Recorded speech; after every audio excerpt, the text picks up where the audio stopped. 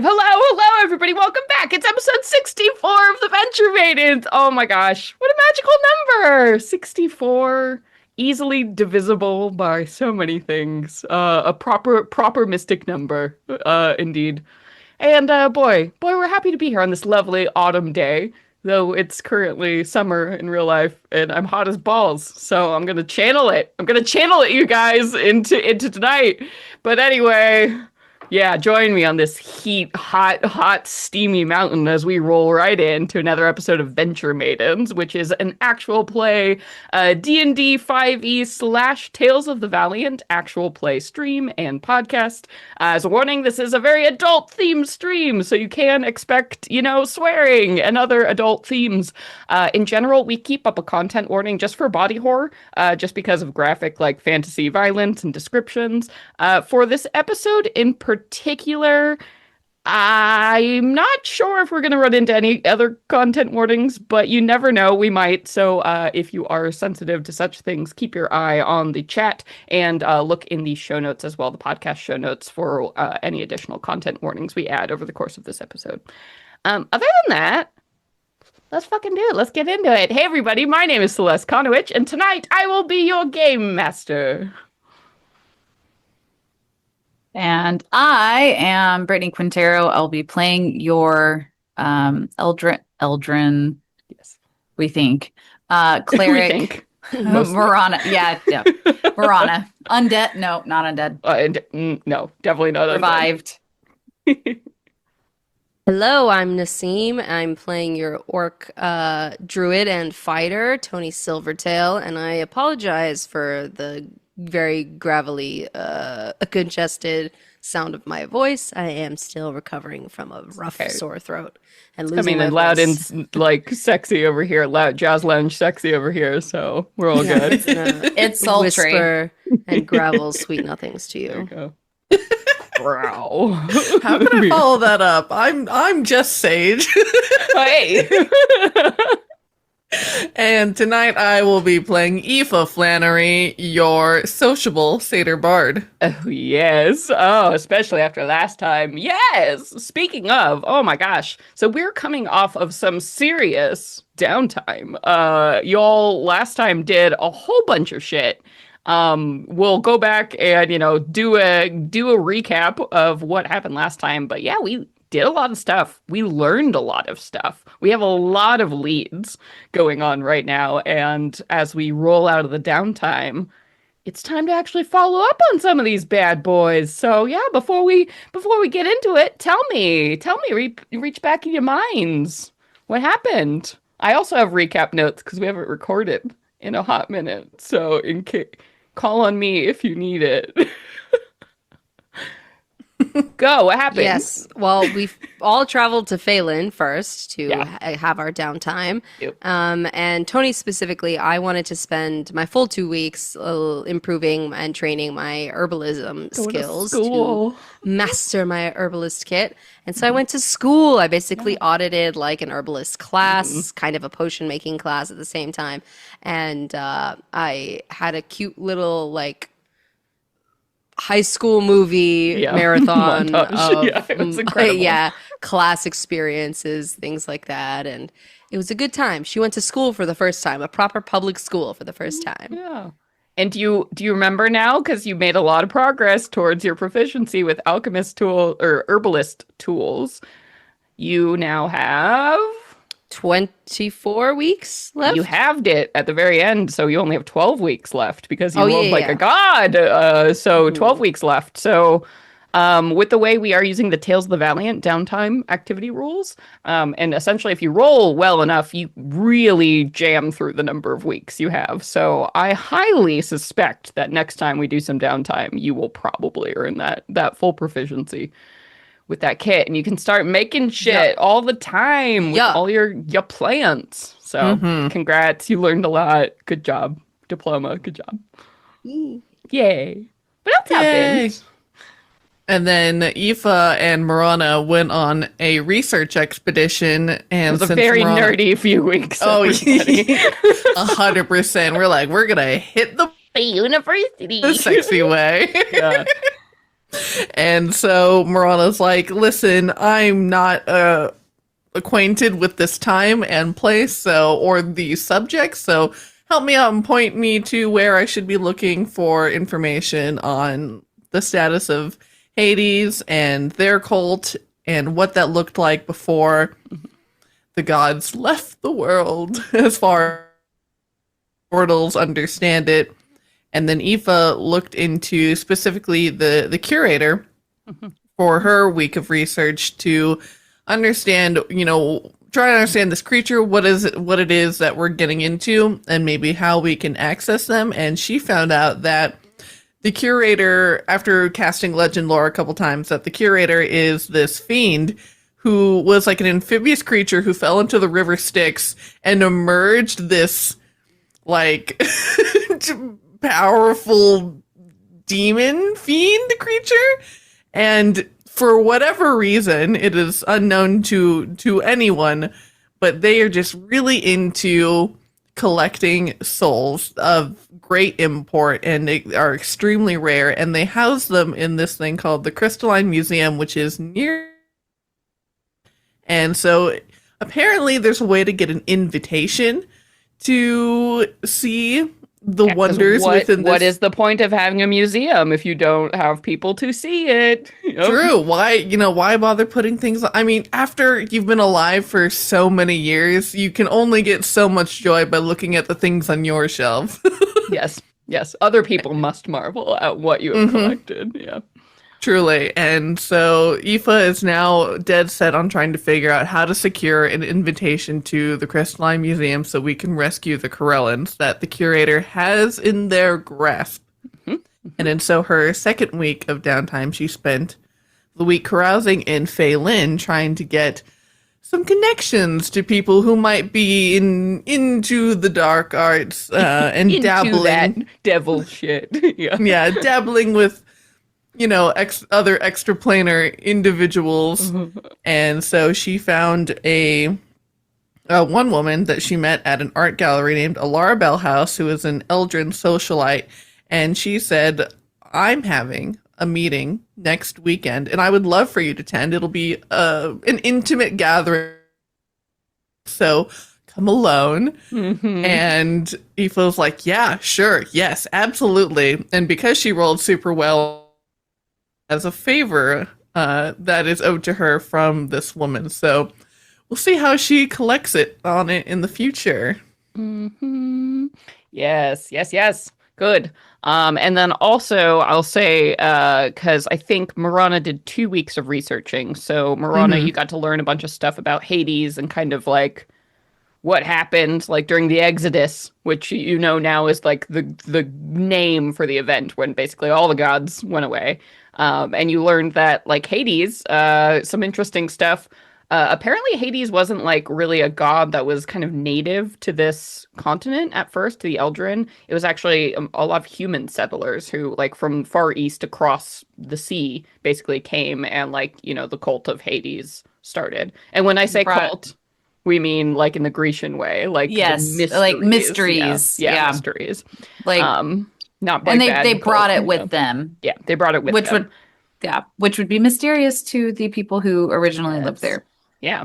And we also got some interesting news that, yes, while, Hades was obviously dramatically affected by the Exodus, right, and many of the temples closed down and his worship largely stopped, apparently there was one, like, monastery devoted to Hades that persisted and has been through all this time. And it's rumored there's, like, a secret entrance to it in the necropolis, the Acropolis, which is this, like, basically a bunch of abandoned like temples and stuff directly north of Faelyn. So that's certainly a lead to follow up. You might have more people there or answers, waiting for you.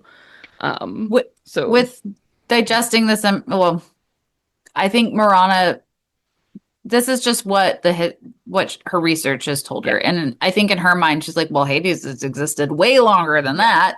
That's just when whoever wrote this book in this started current place started, right? Which is, that's nothing to shake a stick at. Yeah. And then you also, I think your first week, actually, you did some researching on the Rothwells. So you got a little bit more information on this, the body that you are currently in, which is somehow connected to the Rothwells, probably one of the Rothwells. Apparently, you learned a little bit about their history, like how they rose to power. Essentially, they were able to discover, unlock dark powers and magic that like made them really famous in the times when violence was absolutely necessary all the time to stop Fae from murdering people when like before the borders were established and it was just kind of a wild west. The Rothwells sort of linked up with the Tavirs and like were the champions basically for a while until things calmed down and people were like, wow, your magic's really scary. You guys are really intense. And the Tavirs sort of like they're militant, like distanced themselves and the family declined. And real quick, they're Eldrin. They're like an Eldrin family. Yep. And I think that's something Morana was like, interesting. Yeah, also, they've been active longer than Hades has been present in the realm. Yeah. So she's like, what the fuck why are you doing this, Hades? Like what Hades, why did you pick this? Yeah, exactly. This seems very specific. Yeah, there's a lot of weird questions around that. And we also did learn a bit more about the Book of Blackfire, which is the book that Aoife is now carrying around, and that you received, basically. And somehow the Book of Blackfire was like an integral part of basically the Rothwells, like power and there's certainly some question marks there. But yeah, any other points y'all wanted to hit or anything I missed?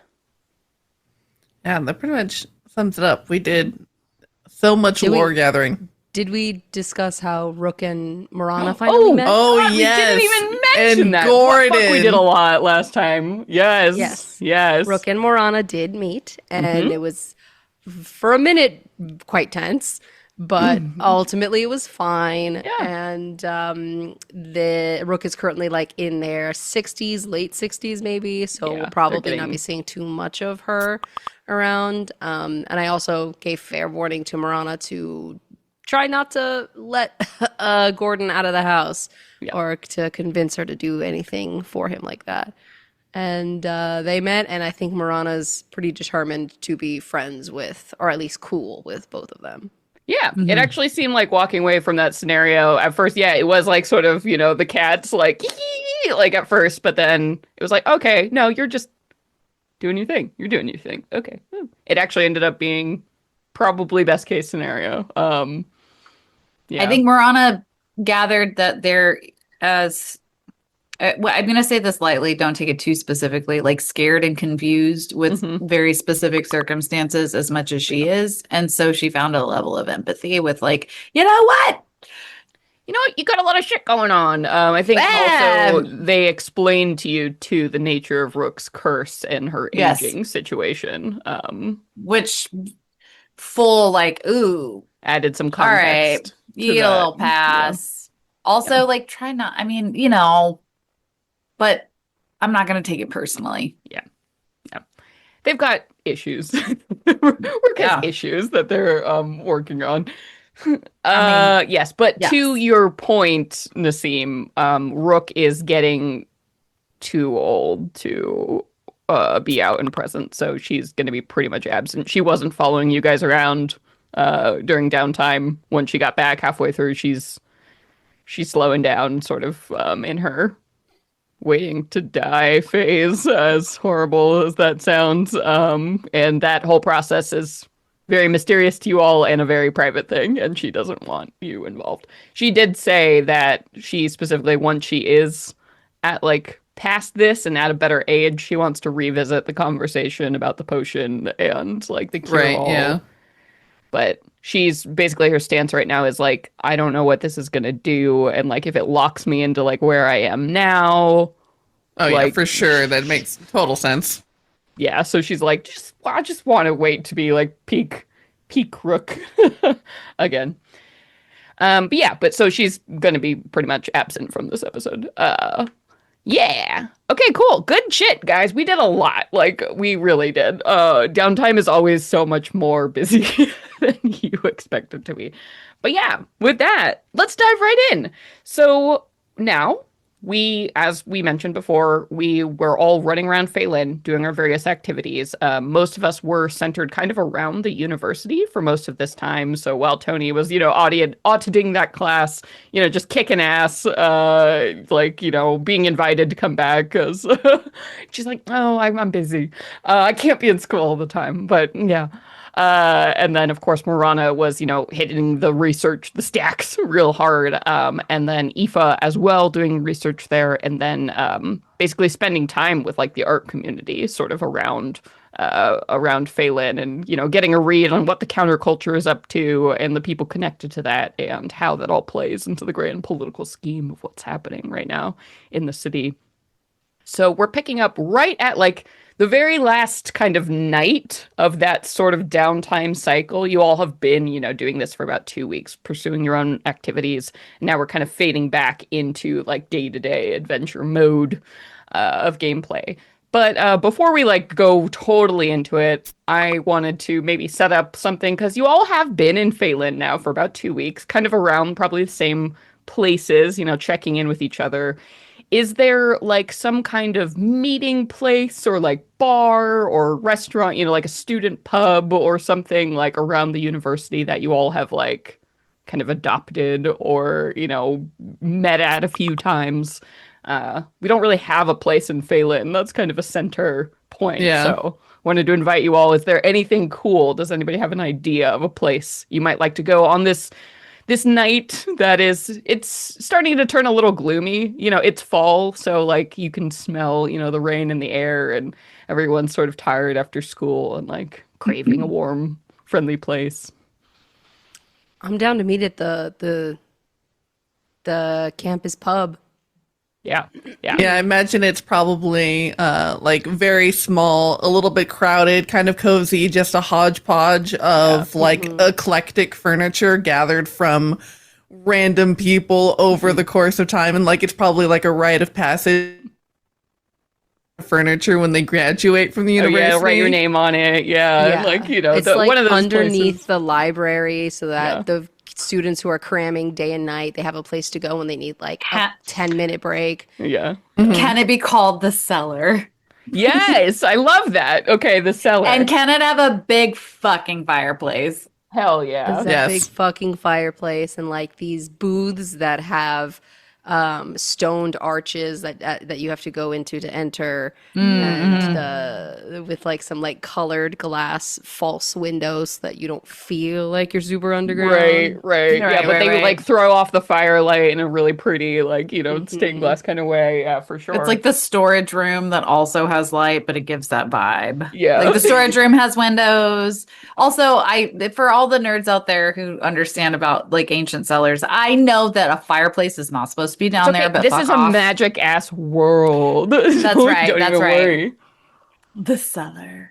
Don't even worry. The cellar. I love it. Yeah. So you shuffle in because let's say, it's like a Friday, right? So everybody's had a long day, but they're like, oh yes, it's about to turn into, I guess it would probably be more like a Thursday. So Aoife has like a day to get ready for her weekend invitation. Let's say it's a Thursday. So it's almost the end of the week.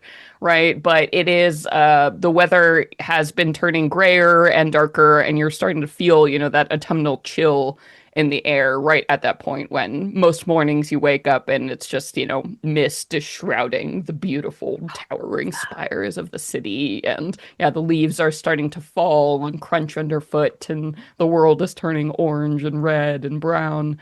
But, as the sun sets, and it's starting to do so earlier and earlier these days, people, just students from, all walks of life, all over the place, cramming into this friendly little pub, standing over, the glow of each fire, finding those familiar places.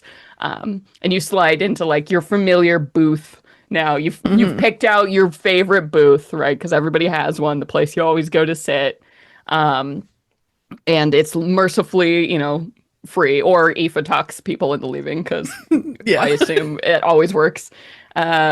And what are you all having? What's like the usual? I think they have probably a pretty diverse menu. I think all of your standards, as well as some, whatever. There's like probably herbology students or, herbalist students, like, making fucking classic weird cocktails or whatever with whatever's growing in the garden, the greenhouses this week.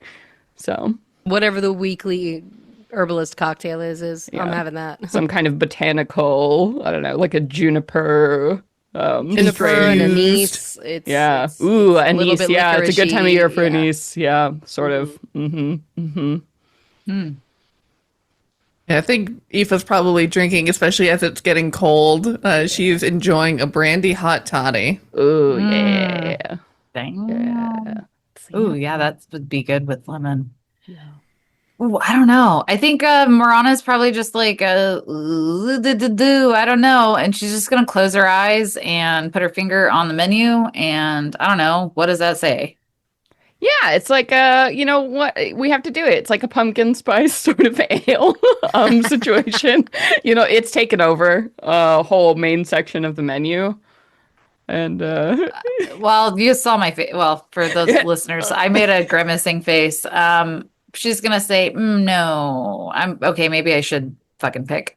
She'll pick what I don't know. I'm gonna assume Tony's drink came out first because Tony was the first to order and was like, "Ooh, yeah, I'll take one of those too." yeah, it's cool. It's, you know, in one of those like little glasses that they serve like little lemon drops in, right? And it's kind of like smoking, so there's some kind of like magic little like crystal in there that just like makes it give off, you know, this like cool green like wispy smoke, and it's like a little fizzy and this like beautiful like lime green color. Fucking because cute. it's a star anise forward drink. It's called Star Student. Oh, Yes, oh, stop yes. it. Yes. There's like a little foamy kind of star thing that God. they've done this. Yeah. Oh, so good. So, It's yeah, fucking delicious, by the way. Said to give you luck in your exams. Yeah. I find licorice perfectly vile, but whatever will go well with that. You also imagine don't that. like pickles. I don't. Licorice, pickles, they can go fuck off. Oh, well, more for us. Yeah, more for you. Yeah, so something absolutely delightful and refreshing and herby. Yeah. And of course, when you ask for it, you know, like the elf behind the bar is like, oh, yes. And, you know, like takes out a bunch of tools that like seem unnecessarily complicated for making this cocktail, but they enjoy every fucking second of getting to do it. Yeah. it's all about the Behind head. process. Behind the head, like, ooh, let's Oh, like God. shave when some they stuff. flip, you know, when they like- flip that shit, I'm like, yeah. You're not here for the show? no. They're here for the show. Yeah. Tony, Whatever they need. once we're all finally down there, we've picked our booth. yeah. Tony comes back with like the second round of our drinks, and you see she's been very social and like she knows a lot of the students there now because she spent so much time in the classes. Maybe it's like a different side to her than you've seen because she doesn't interact with too many people outside. Other than you, Aoife, we have been to the club together. You've seen a little bit of that, and then it's like a reminder, like, oh yeah, she can hang. And yeah, so she plops down our drinks. Is like, all right, how are we feeling? What did we accomplish so far? Those are just my buds. Like we hang out after class sometimes. Yeah, that's but- Daphne. Hey, what up, girl? Yeah. What's up, Daph? And Aoife is just like absolutely delighted seeing like Tony like come to life because we've been so like just kind of down Busy. for a while Yeah, and just down. and just like working with no time to like really decompress or to enjoy it ourselves. And so she is just like beaming seeing Tony be like, "What's up?" and hitting everyone up. And so she's, you know, kind of bouncing in her seat a little. She takes a sip of her drink and she's like, "Well, I have had a most interesting invitation." Leans in and she whispers to this Eldrin, like really, really rich Eldrin lady's house. And I think I've got a lead on how we're gonna get to maybe collecting an invitation to the curator. I think this will be it won't be like the only stop on the way, but it's a good first one. So she's invited me to this like intimate gathering of like minds and of people who I guess deal with devils in some way. And so I'm very excited to get some intel on them about what all they've been doing. As a little interjection too, because last time at the very end of the last episode, this woman, Alara, had slipped something into your hand right before, like, as she passed this invitation to you. And as you're like saying this to, somewhere on your person, the pocket or whatever, the heavy coin that she gave you with that strange symbol weighs, a little bit heavier than it should in your pocket, which he passed to you with something like almost like a silver dollar kind of size thing, with a really strange symbol on it. Ooh, interesting. And she'll pull out this coin from her pocket, and she'll say, "And look, she gave me this." And on one side it has this like triangle symbol with like a little column and horns jutting out of it. And be like, "I've never seen anything like this. Marana, are you familiar with any kind of like arcane symbols?" Yeah, and I'll describe it while Brittany chews for a second. So yeah. So like Sage said, it kind of looks like a pyramid, like with black curling horns out the sides, sitting on top of a larger triangle that has something like, might be like a coin or an eye sort of in the center. It's hard to tell, but yeah, the coin is heavy. It's like of some kind of black metal that you're not really familiar with. It's certainly not a standard coin. Interesting. Yeah, it's heavier than like iron, but it's shiny. It's Are you gonna want me to roll to see, do I recognize the symbol? Not off the cuff, but yeah, if you want to make an Arcana or actually a religion check. Yeah, I'm gonna do a religion check. So I am getting acquainted with alchemy. Where is my Roly-poly. Where are the skills? Oh, yeah. Oh, I see. One thing with alchemy, like as a GM, I can't see what it looks like for you guys. So it's weird. Religion is a +5, so. Oh yeah. That Ooh, sounds about right. Yeah. I rolled a 24. Holy Nice, shit. hell Okay. yeah.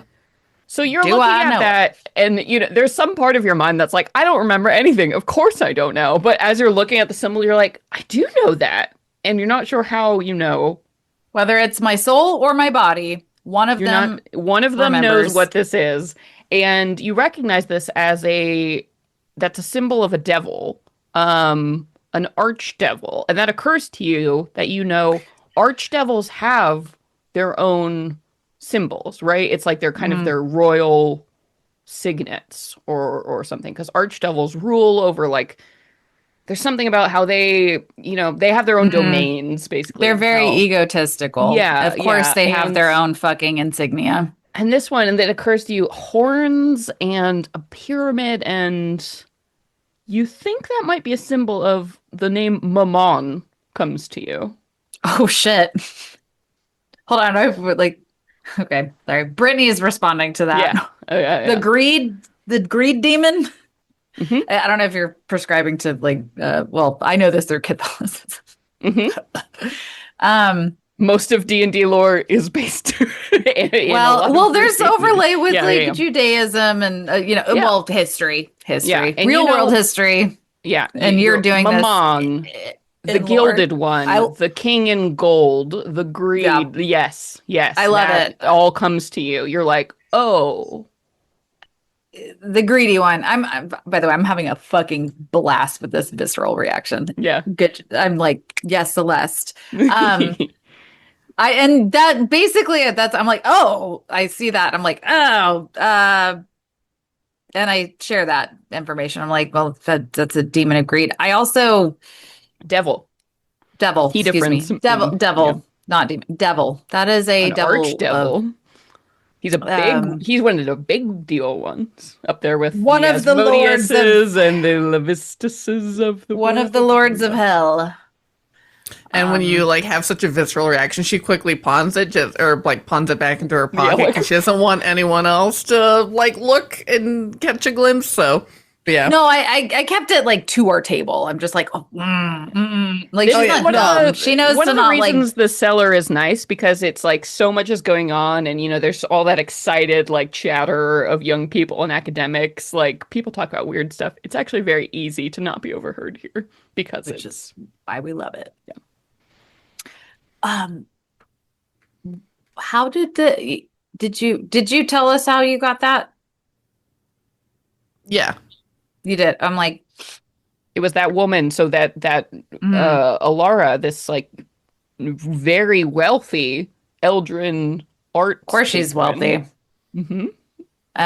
This stinks of sulfur. That's the idea. That's why I'm going to her house. Can I ask you, Eva, what is it that you're wanting to accomplish with this? Well,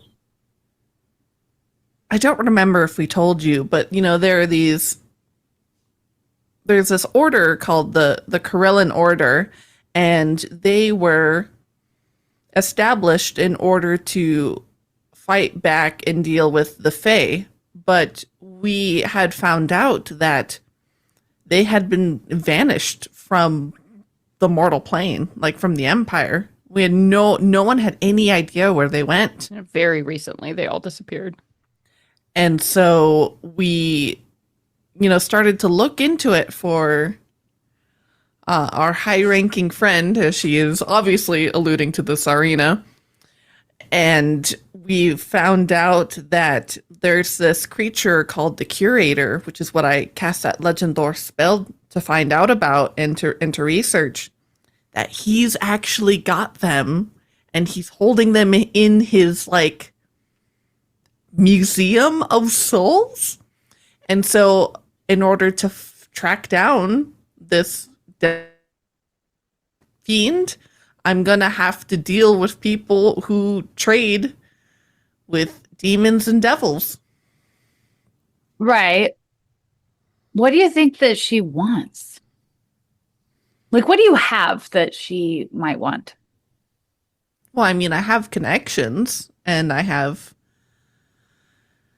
a pretty substantial really amount. Talking to people and Here's the thing. information. Something in my core, maybe it's because I don't know, was down there. I don't think, well, in her religion understanding with like devils is like that connections aren't what they're after. And so if she's dealing with a devil, there's I feel like there's more to this. And I'm just speculating. From what I know from our conversation, what she had said is that she's involved with a group of people who are looking to shape the current affairs more to their liking, and considering her connections to, more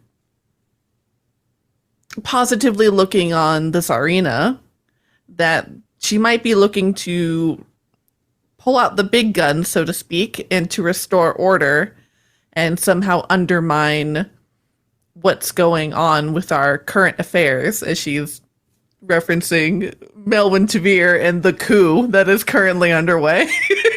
Yeah, there was sort of an implication that Melwin came to the table clearly and did something with devils, right? Like that's somehow Melwin got the Curator involved.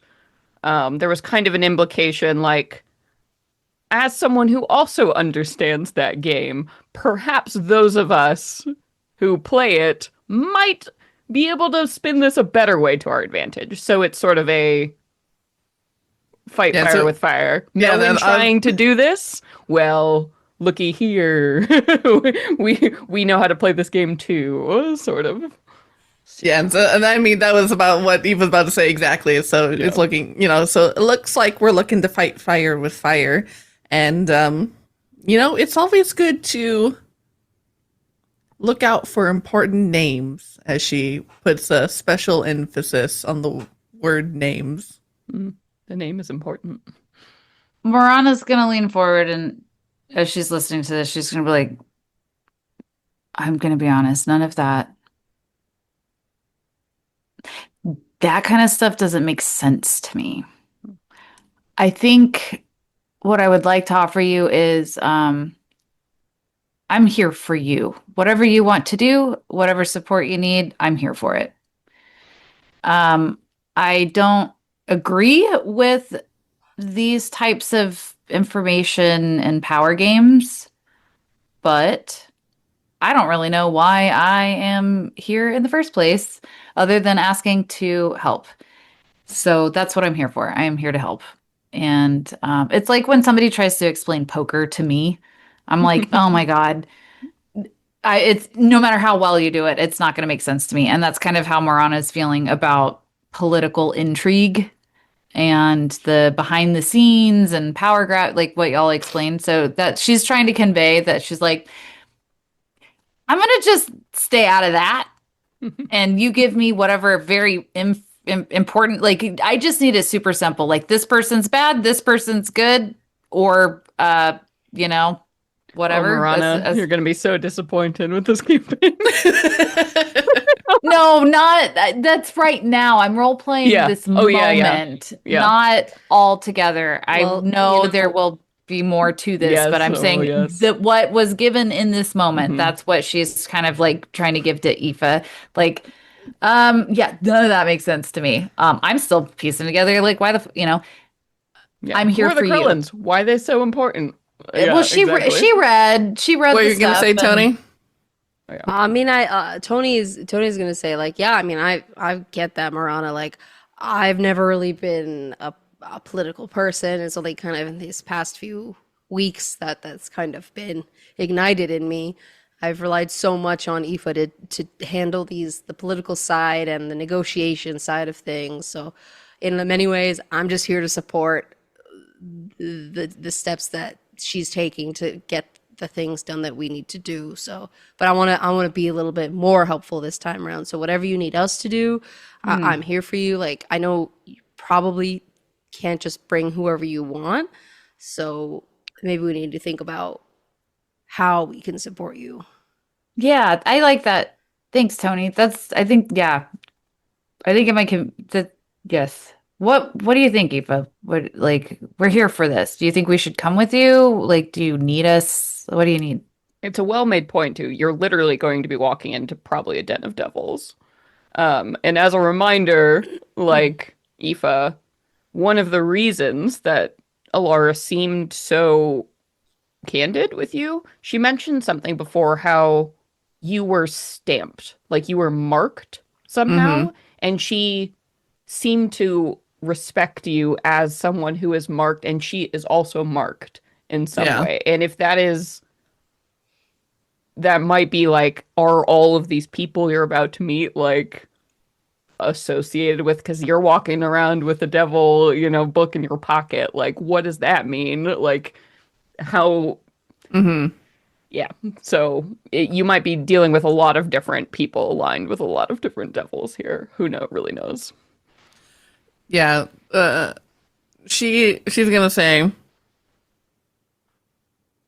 I definitely want you all there as backup, because I feel like, like Marana said, it's what she wants isn't going to be something simple and straightforward. We're probably going to be there to summon some, or to forge a pact, or, some kind of magic, I imagine. But, she did tell me specifically to come alone. So I don't know if you all can, I mean, I definitely want you at least nearby, but I don't know if you want to like sneak in as like maids, or she's imagining Tony in like a classic French maid outfit. So buff. Girl. Damn. Eva, this might sound like a stupid question, but when I was in my soul's timeline,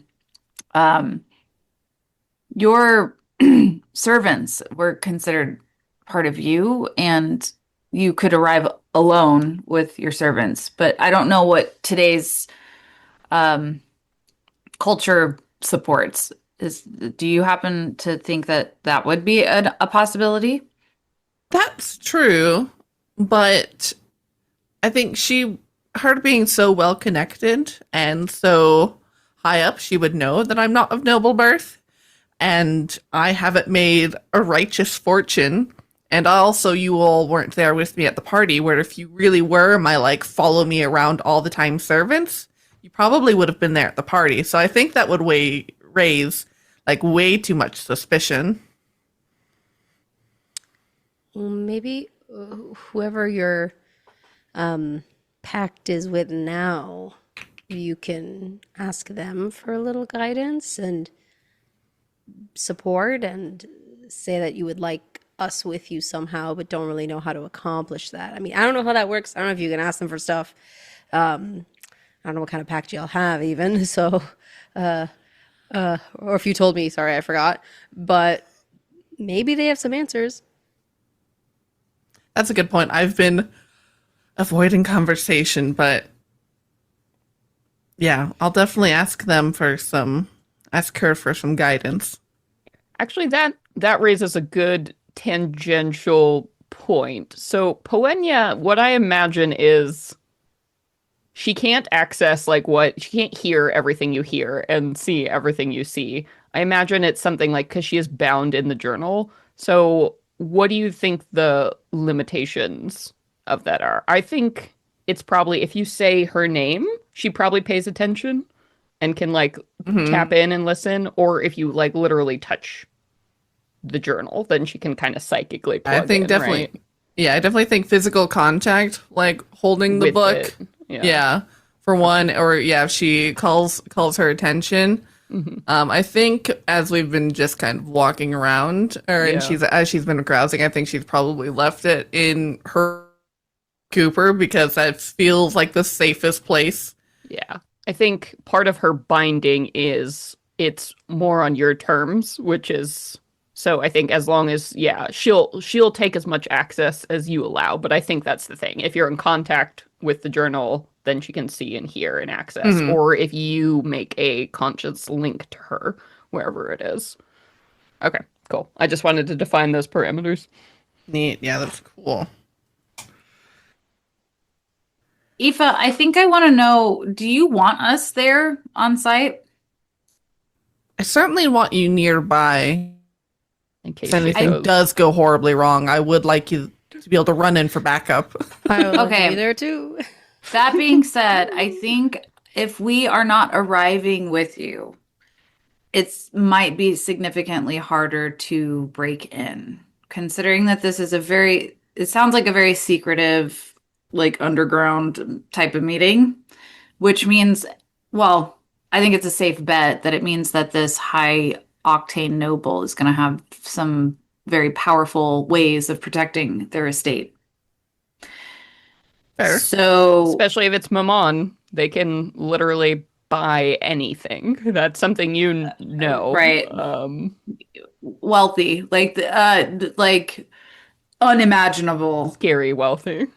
Like wealth that wealthy. we literally can't understand. And nor do I want to. I think if you could appeal, is there a way to contact this Ilara? Or was it one of those rave invites where you just get a note and you have to figure it out? I'm sure I could send a note to her estate and drop her a question. Yeah, or maybe even a demand, honestly. Hey, I'm down to come, but I've got to, these are weird circumstances. I feel like I should be allowed to have my servants. However you want to write it. Perhaps. I guess make an appeal, yeah. I'll consult with Poe and see what she thinks. Also around this time you hear a bang bang bang of a bell, something kept behind the bar or something. And there's kind of a buzz around the room. And, it's sort of in the background. It's kind of a dull sound, but you do probably notice that people start leaving around this time. It seemed to be some kind of signal as the hour grows later. And you start to, people are filtering out at this point. The last call bell. Yeah, but it's a little weird because it's like 10 o'clock or so. It's definitely too early for last call, but Oh, people are was there definitely like motivated to leave. Yeah, it's a little weird. like there's like some kind of event? Yeah, I guess. Are people leaving in a like stressed hurry, or it's like, this thing's happening, let's get, like, are people stressed but like, ooh, we gotta get like a fight's about to happen? No, more like annoyed, sort of like okay, like yeah, we Oh, should okay. probably go, sort of. Actually, Tony, you've been spending a lot of time with like students lately. Yeah, you probably know what's going on. So as people start to filter out, and you're like, ooh, kind of noticing here, and you remember someone, maybe it was Daphne, actually telling you about like, lately because of obviously all of Melwin's stuff going on and like the hunt for the Tsarina, there has been a curfew imposed on most of the districts in Faelyn at this point. And while, before people were kind of taking it casually, there's been quite an uptick in like violence and weird things happening after curfew. So more and more, especially students, like the university is like hardcore starting to enforce like take care of our young people. You have to go inside, like make the curfew because people are starting to like disappear. Um, I'm sorry, what was the question before all that information? oh yeah. Sorry, I don't think there was I just I assumed like you've been talking to students more and hanging out with them. So that was like, The question was like, what kind of vibe are people oh exiting? yeah. There you go. Like, are they upset? Are they scared? Oh, the And students? Yeah. yes. Oh, okay. Well, I mean, they are really just coming here to take a load off because so much weird shit has been happening at the school, Yeah. and I mean, it's pretty dark shit. People are disappearing, but like, I think they're trying to be, at least the ones I've met have been really good at like keep watching each other's backs and leading together and not letting people go alone anywhere after night. So Kind of makes sense now that is that that? bell they've started, it's a new thing they've started doing, like the like, hey, curfew's gonna start in like 20 minutes, like wrap it up. Are people disappearing throughout the city, or is this just a campus related thing? Throughout the city. It's Oh, here, yeah. I mean, this is nothing. So this is kind of the dark side of like what has been happening with Melwin because she has taken a very so since Duke Ravain was demoted from leader of like the military of the Empire, Judge Alexandria Cross has stepped up and kind of taken over, and she was basically like a secret police captain before for Melwin, like in the city. So now things have gotten a lot more militant, a lot more like because the hunt for the Tsarina continues, so people are just being seized and like thrown in prison, like and questioned and so we've got a Gestapo disappear force. and I think, essentially yeah, yes. I mean, we're we're seeing it, it's happening everywhere, but it just tends to happen more on campus because, I Yeah, mean, it's young minds, young right. intellectual minds who are speaking up and bringing to question a lot of what's happening. And obviously, a militant dictator is not going to want that to happen. Sage, I So like more your than anywhere else, the the university has Dolly. been, yeah, the university has been like, watch out, like instituting the bells, like watching, so you're starting to see that now, and you're like, oh shit, this is, your Where are we 20-minute staying? warning to go home and be safe, right? We're staying in Cooper. Cooper's the Your house. pocket Our chicken dimension. hut. Ah, that we can just like throw down anywhere, and it's like, Yeah, you'll have to like travel outside of the city. Basically, you don't want to like kind of park him within city limits. So, but what's nice about Cooper is like, it's a 10-minute walk to anywhere, and there he is. But you are in a situation now where you're going to have to walk, a few blocks to get there.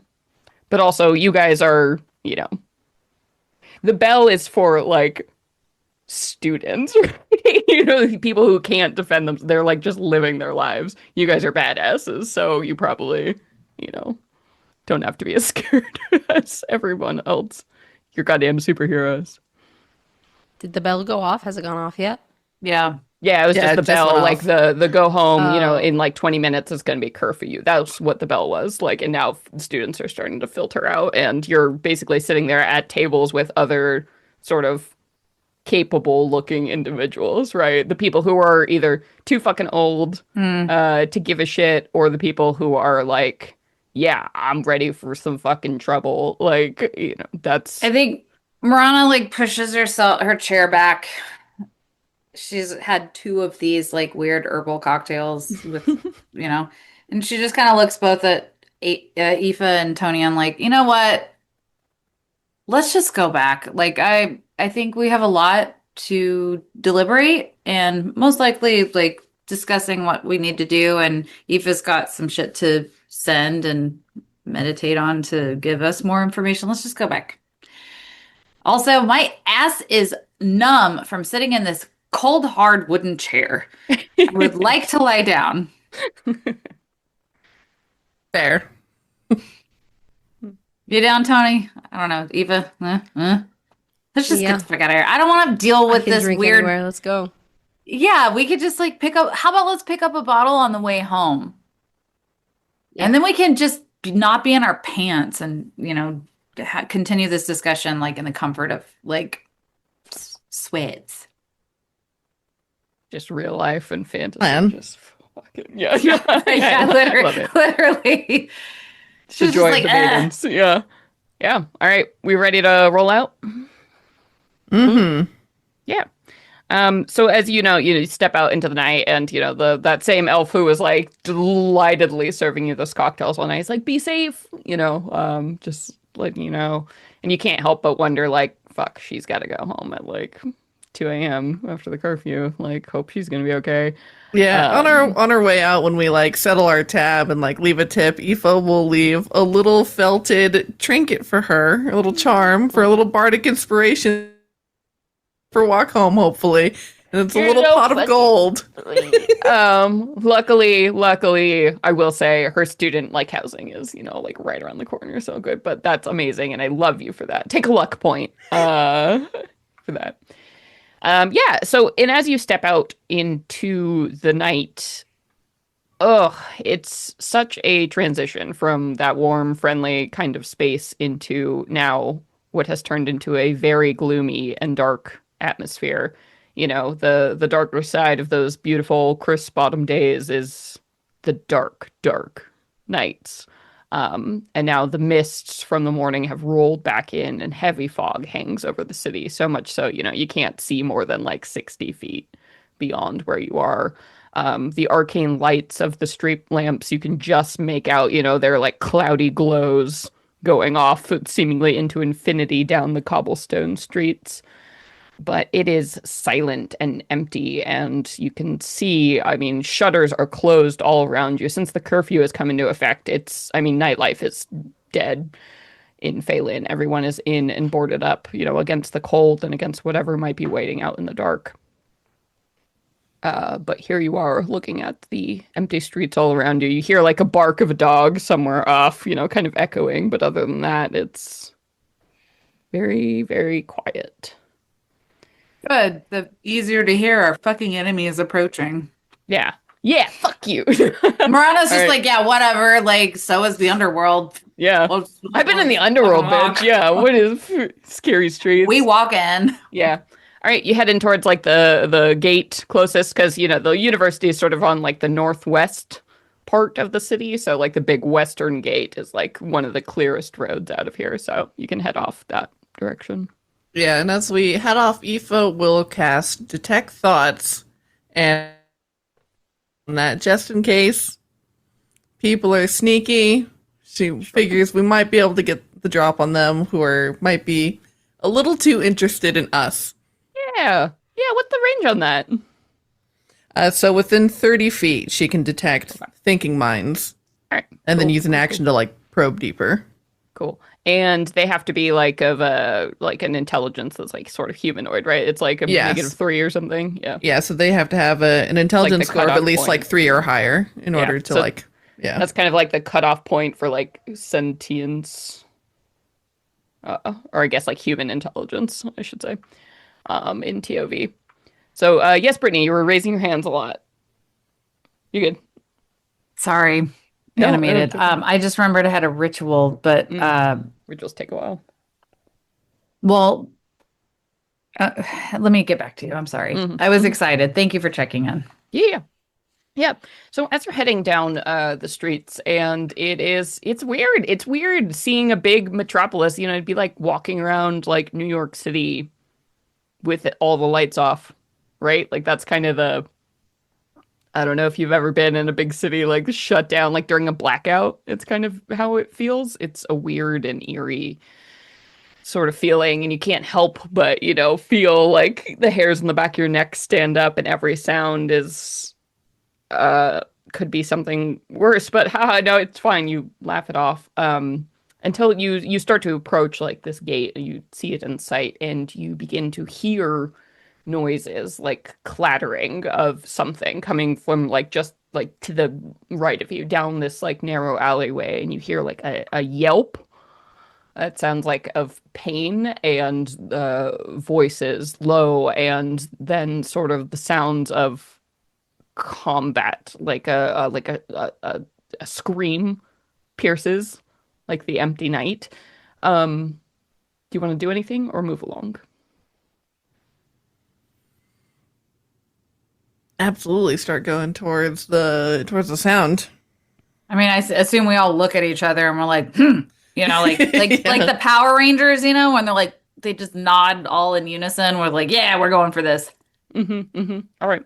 Yeah, so you turn and like make a sharp right towards that, and you continue. I mean, it's easy to follow the sound of screaming in the night. The only other sounds are the sounds of people like slamming shutters closed as you pass by, and locking doors, you know, trying to ignore what they are hearing.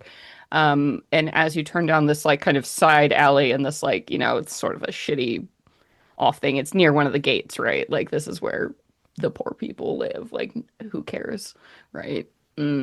As you go, you see a two individuals that are sort of like thrown up against a wall. One of them, you just see the splash of like red blood against like the cobblestones around this fallen figure, some kind of humanoid. You can't really tell. And it looks like maybe a satyr that's like being backed up like against one of these walls here, and surrounded by four figures that are wearing these like long, heavy cloaks. And you can see like on the back, like a white, like it's like a plus sign, like a cross, just like on the back stamped there. And they're sort of like going after, you know, poking like swords at, like taunting this like satyr individual.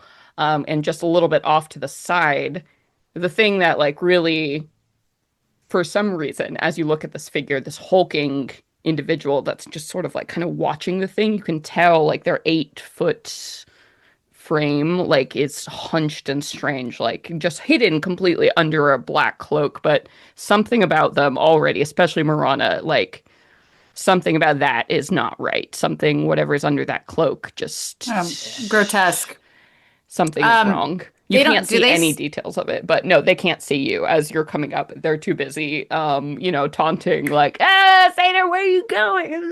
It's like clearly, you know, the little stumbly, little drunk, little just bullies is what you're witnessing right here. What do you do? Can we pause?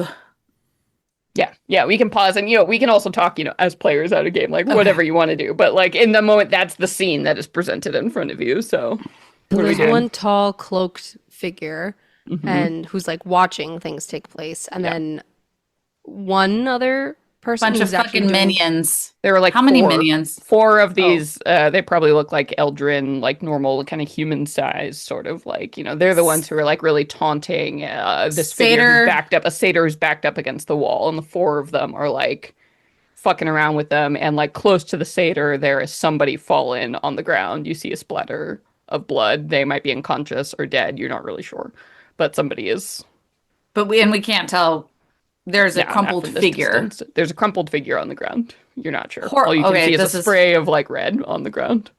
fucking horrible. We have an officer and minions of whatever the fuck this is with the fucking plus on the dumb things. Anyway, I haven't looked at spells in forever, and I'm like, I want to know what kind of spells I Yeah. can do to help. That's why I needed a pause. Should we roll initiative? Because I really just want to get in there. Yeah, we I can think- certainly. wait. If you just want to go and swing in, we can absolutely roll initiative. And I will roll for them all. Though I Do we guess you get a weren't trying to be stealthy surprise? necessarily. Well, I don't know. That's why I asked. Well, that's if the they kind of see thing. Like, do us. we want to try to come in stealthily here, or do we just want to come in? Yes. Are we mad and coming in swinging? Right. Well, okay, hold on. What are I y'all think feeling? Role playing. I'm gonna be like, right, and then now's the conversation. Do we fuck off and do it, or do we want to surprise them? I've never been good at waiting or being stealthy, so I'm ready to go. How do you feel? Well, I want to fucking be. I love the round of surprise, but that also gives me time to prepare whatever if I need to. God, I haven't used spells yet. Yeah, I know. Shake off that dust, girl. Well, I've never done Let's this. fight some fascism. Let's go. Fucking hell it down. I think we all need to punch some Nazis in the face today and every day. Yeah. Mhm. Hold Let's it down. do it. Why can't I get? Oh my god. Okay, I'm sorry. The learning curve with alchemy, I like it, but like I just want to click on something and get the description. To me, based on reactions, I don't think you're coming in stealthily. I think Tony would have Fair a really enough. hard time in particular coming in stealthily. I think Marana too, just based on your reaction. Also, yeah, we are kind of running around the corner. Do we get a Let's- surprise round? No, Surprise probably is a not. pretty fucking powerful thing, and we'd still have to roll off to see if they would Yeah. detect you or not for individual surprise. So Thank you for being patient while I dust off the cobwebs. yeah. Oh, let's go ahead and roll some fucking initiative, y'all. Alright. So 5 in total. Woohoo. Oh, All great. right. If you could also do me a favor, and Brittany, something I like to do because while I'm making my list, if you can type your initiative score and your character name in the Zoom chat, that helps me sort of Yes. I kind of wait until I roll everybody so I make sure they're all right. Okay, I might just have to pull up the fucking old school character sheet because Yeah, I'm do like, your what is the initiative? So it's your dexterity modifier usually, Okay, unless you have thank you. something that changes it. So I don't think so. Yeah, I think it's just. Oh, Aoife, 1. No, I typed 21, but the 2 didn't like get in there, so it's a 21. I was gonna be like, oh no. Fucking update it. God damn. That's I'm working stressful on seeing that one. Jesus. Dude, I don't mine's know not why, great. but today, like, my keyboard just died for no reason. Like, the lights were on, and it was connected to my computer, but it wouldn't type in any program, and I was like, what the fuck? Never had that Weird. before. Yeah, I just restarted my computer, and it was fine, but I was like, I don't understand. So, typing issues. I get it. I I'm- thought I had picked some kind of feat that gave me like advantage on I thought I did too, and I can't fucking I need to. Oh, your talents? Yeah. maybe I'm not seeing it, so I guess not. I need to review. Are you my looking shit. at your updated TOV sheet? Yeah, but What are your talents? there were some things that changed. Mhm. Mastery, damage, stun, steady, flourish. I do I'm have gonna the go player's refresh. guide if you need to. Yeah, attack action. with Read me those bonus. talents. I can quick refy. Additional features. Because this is our first like full fight with our Tales of the Valiant characters, so I figure this is a good time to dust some stuff off before we go proper adventuring. Also to gauge how dangerous you are, because clerics are actually pretty fucking scary in Tales of the Valiant. Also, Bard's got a lot scarier in Tales of the Valiant, so Sage, Lord, I'm just waiting for your spell list. You're proper wizard now. essentially. Is a whip a light weapon? A whip is probably a light weapon. Let's see. A whip is... I think light Nope, just means nope, it's one-handed, finesse right? and reach. Nope. Oh. No. Some things that are light are like less than a pound. Like a dagger is light. So whip is not light. You can tell on page 138 of the player's guide. Listed in the properties. Oh, Lucy. Little silver face. She was like asking to come in. I have the door closed and she wanted to come in, little beanie baby. Ooh. Okay. Sorry, I rolled a what the fuck did I roll?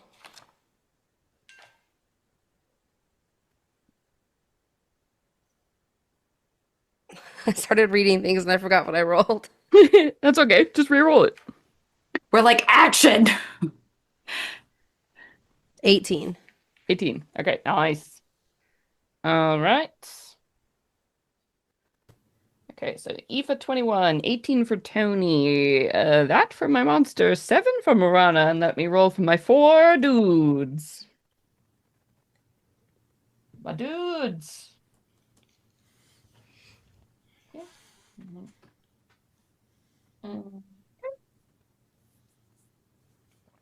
Oh my god, my bardic inspiration is a D10 now. I'm very excited. It's They so come that large. high? That's so good. It gets Wait, up to a you get to D12 in just TOV. give- Mm-hmm. You just get to give D10s to people? Oh yeah. Oh yeah. Oh, sorry. Oh my god. Okay. All right. There we go. Okay, so Aoife, you are playing first, my dude. So it goes Aoife with Tony on deck. So you get the first power move. Yeah, so as Marana asks, like, how are we approaching this? And set on trying to to tell these guys what's for, and Aoife will immediately follow suit and stride up very confidently just a step behind Tony, and she'll call out, "Why don't you pick on someone your own size?" And she's going to lay, Tony. Love that. yeah, she's going to lay a hand on Tony's shoulder, inspiration as a bonus action, and then she is going to kick off her cutting words bardic performance as an action. So anytime a creature I can see makes an ability check, attack roll, can spend my reaction and spend a use of my bardic inspiration to subtract a D10 from their roll. That's fucking awesome. Hell yeah. What does your bardic performance look like? I'm not sure we've seen this now. So bardic performance, a new feature in Tales of the Valiant Bards can do. It's an ongoing performance that they can maintain round to round with a bonus action, which can be the same bonus action used to give out bardic inspiration. So, but what is that? What's a long-term performance that you're starting, Aoife? Yeah, so we've only seen the Celebrate Life one, so this is the first time she's doing this one. So I think she is definitely her features start to turn a little bit more Fae-like and sharp as she is just harnessing her aura, and she looks larger and more intimidating, and just like this palpable aura of like kind of doom surrounds her, and she very confidently up to these people, and yeah, her nails get a little bit sharp and she looks menacing. Cool. Yeah. You're bringing the power. I love it. All right. Awesome. Cool. And then that is it for you? Yes. All right. So Tony, we come to you, and I've got a bunch of enemies on deck. So hold on to your butts, gang. Okay, I'm reading one of these like what's it called? Martial actions that I get as a fighter, and tell me if I'm understanding this correctly. For the aim option, I want to use my longbow. So wait, first off, you have to pick which ones you get. So you only get one. So you want to pick the one that you have that is most relevant to what you're going to be doing most of the time. So it's probably not Did aim. I write that down?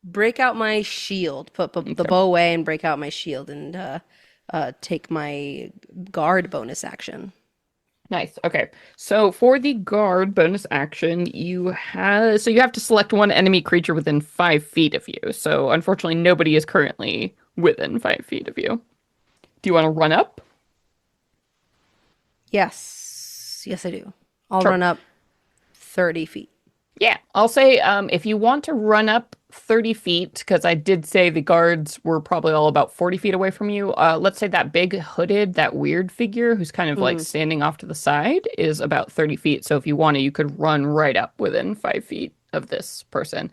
Again, like as you get near them, it's clear like whatever is hidden under, like maybe it is just like a giant man, but the way it's draped and its hood is really low over its face, so you can't see exactly what it is. But there's something like strapped to its back, something really large, giving it a kind of a bulbous, strange shape. But you could certainly run up within 5 feet of that and target it. Actually, I'll take that back. Okay. I'll just run up a little bit closer, like ahead of our little group, because I Hmm. don't want to leave any of them behind, and I'd Yep. like to draw out them away from the satyr so that they can run away. Sure. Yeah. Yeah. You could totally step up, like 10 feet or so in front of the group. And like, since you're in an alley, right, anybody would have to pass you to get to your friends, right, for an attack of Hmm. opportunity. You can certainly Hmm. position yourself there. Yeah. Cool. All right. Anything else? No. Okay. All right. Well, you just murdered that guy. So out of initiative. And then you see the hulking figure, like, because the rest, these other three now, like, they just saw their buddy, right, get like shot through the fucking throat and like drop down. And they're like, kind of like, oh shit, this is real, right? Like, as they're scrambling now to draw weapons and turn around. But this figure, it moves with just a calmness and a certainty like nothing in the world like was troubling about what it just saw as you see it spins silently, elegantly, despite its hulking size, and fixates its attention. And you can't see its eyes, but you can tell it's looking at you, Tony. And let's see. Oh, what am I gonna do? Yeah, okay. So it runs at you, and it's like one of those ninja run moments where like its body stays mostly still, but its legs move like so incredibly fast. And in a fluid motion, you see it pulls something like that shape from off of its back, and it pulls in front of it this war hammer, but it's not like anything you've ever seen. This big blocky dual-sided hammer seems to be made of like almost like living flesh and vines that have like warped together into this strange, like bumpy kind of amalgamation of something. And as it comes in with that incredible speed, still pretty much not able to see you because of its like, this deep hood over it. You see its hands come in, and the skin is, it's not like normal skin. It's almost like gelatinous and like bright red. You can almost see through it. It's like translucent. Um, Ew. like if skin was like made of jello that was like rigid, is basically like as it's coming in and swinging this massive warhammer towards you. It gives me this stem cell vibe. Yeah, there's something very otherworldly and strange about this thing. And also, like Marana, you get as it gets closer to you, like that feeling of like just wrongness, like whatever this thing is, it's wrong. It's not supposed to be here. Like it's coming over you. Necromancy. No, not quite. But something like that. Something that's not supposed to be in our world, for Something that's sure. fucking up my goddamn Yeah. purpose. So here we go. All right, Tony, that's gonna be a 26 to hit you, my lord. Yeah. Okay. Hmm. Hip, hip. Okay, 6, 9, 11, 16 bludgeoning damage. And as this thing like smashes into your body, it's like this caustic acid drips off of it onto you. Uh, 14, 16 additional acid damage as this thing makes contact with you. And I need you to make a strength saving throw or be pushed away from the sheer force of this fucking thing. As this warhammer just goes in trying to crush Tony's, will reach out with a bit of her magic from her bardic performance and subtract a d10 from that damage. Ooh, okay. Yep, that's good. That's good. Yep. So it'll be subtract 8 as the blow is softened a little bit as she lashes out with these spray of like ephemeral needles. Yeah, just it's like the good acupuncture. Yeah. Ooh. Okay. Thank you so much. I rolled a 23 on my save. So you stand your ground. You were not pushed, but the thing was, it was like being slammed by the Hulk with this thing, right? So like you just body this like thing that was gonna literally just push you back just from the sheer force. Whatever the fuck this thing is, it is clearly not humanoid. Like that strength does not exist in something like that. And that was just its first attack. So the next one here, so that was its big ass hammer. And then like as it swings around, also you note that it swings this hammer, this ridiculously large weapon with one hand. Like just another testament to its fucking insane strength. Like this thing is easily the size of a greatsword. And with its other hand, you can see as it comes out here, and again, you see that red, strange, translucent, like, body of this hand that is large enough to, you know, hold your head in one hand, comes out at you, and it, like, reaches towards you just to, like, crush your chest. Yes, Marana. Yes, wait, what? Sorry. This is not a spell. This is a... No, that's just an attack. Okay, sorry. Yeah. With that, it'll be a 21 to hit. Oh boy, this thing's mean. Mm-hmm. I'm rolling hot. Go. Okay. 4, 9. Okay, 5 slashing damage as its hand like goes in and sinks into your chest, and you see like the black nails on the end of this hand like pierce through your metal armor, and you begin to feel the sizzle of acid damage coming in. 13 additional acid damage as this thing is like ripping through your armor into your skin. And clearly whatever this gelatinous substance is that it's made of is caustic to humanoid, to mortal skin. As you feel just pain rocketing through you. All right. And that is its turn here. So, all right. And then we come to Marana. Oh, Lord. I had a game plan here. The crumpled figure that's bleeding, I'm sure I need to probably get a little... I'm going to move 10 feet closer to all this. And then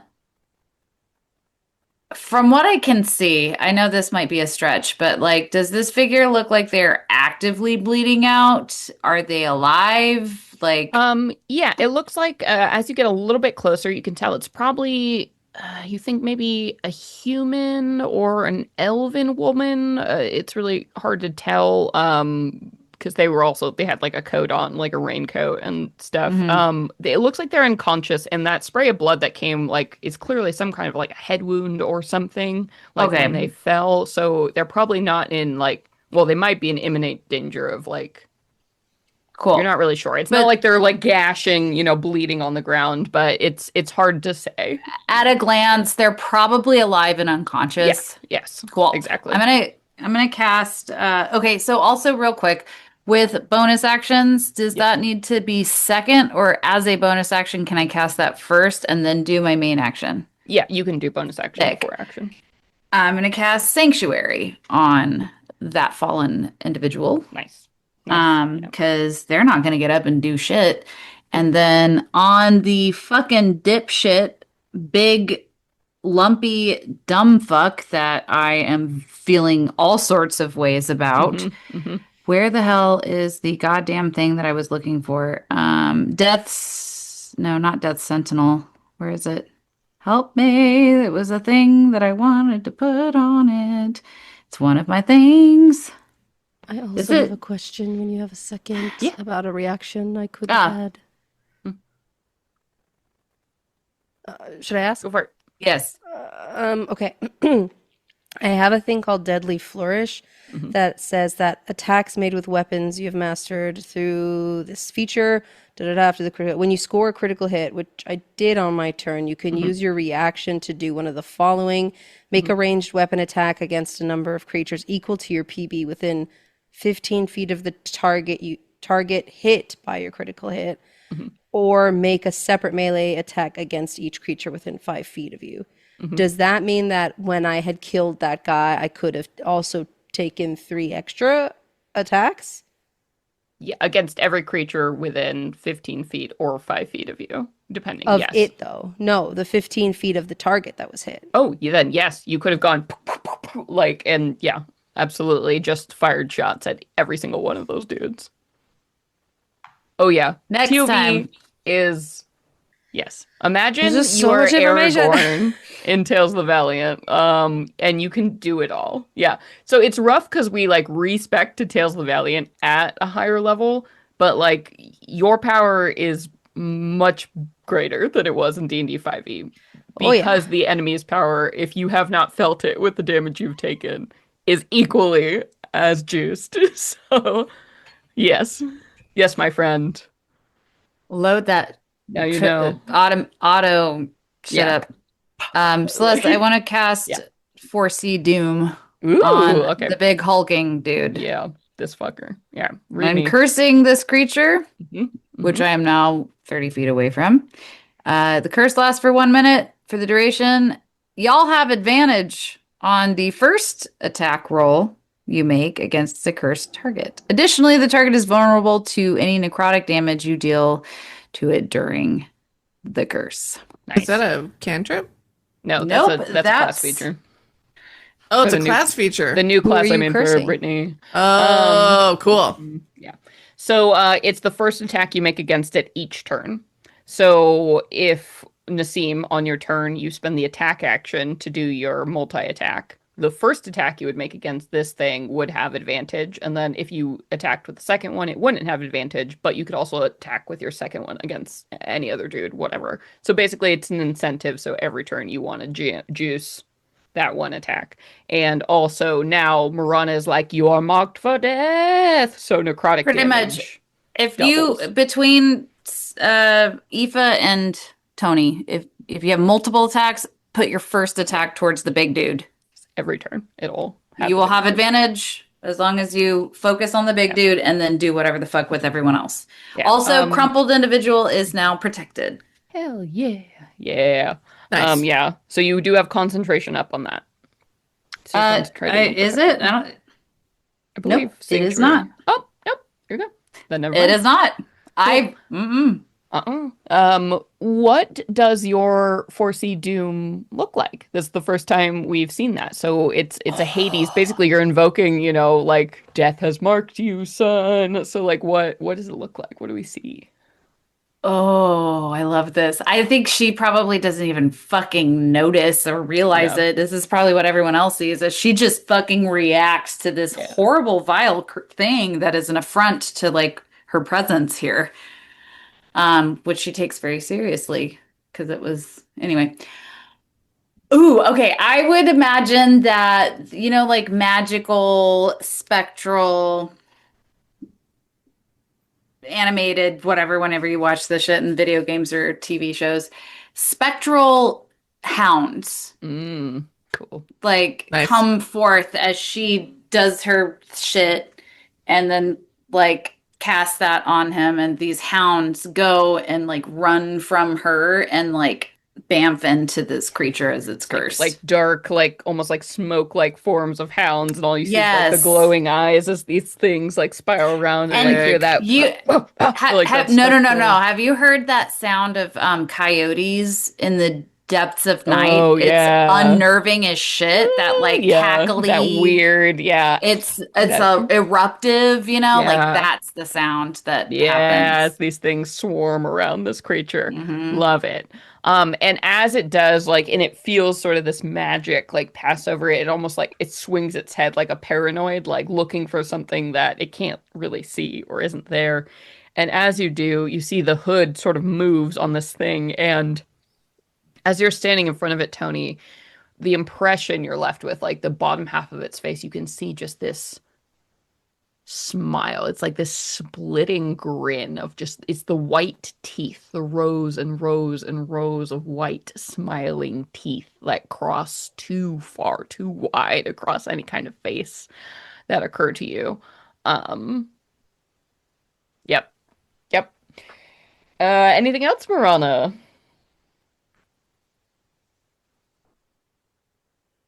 Is readying an action? Yeah, that takes an action to do. I think I'm going to move another. Okay, so I do that, and I want to move towards the fuckers that I'm assuming the other guys that have the swords at the satyr. Satyr? Hmm. Are they still in that position?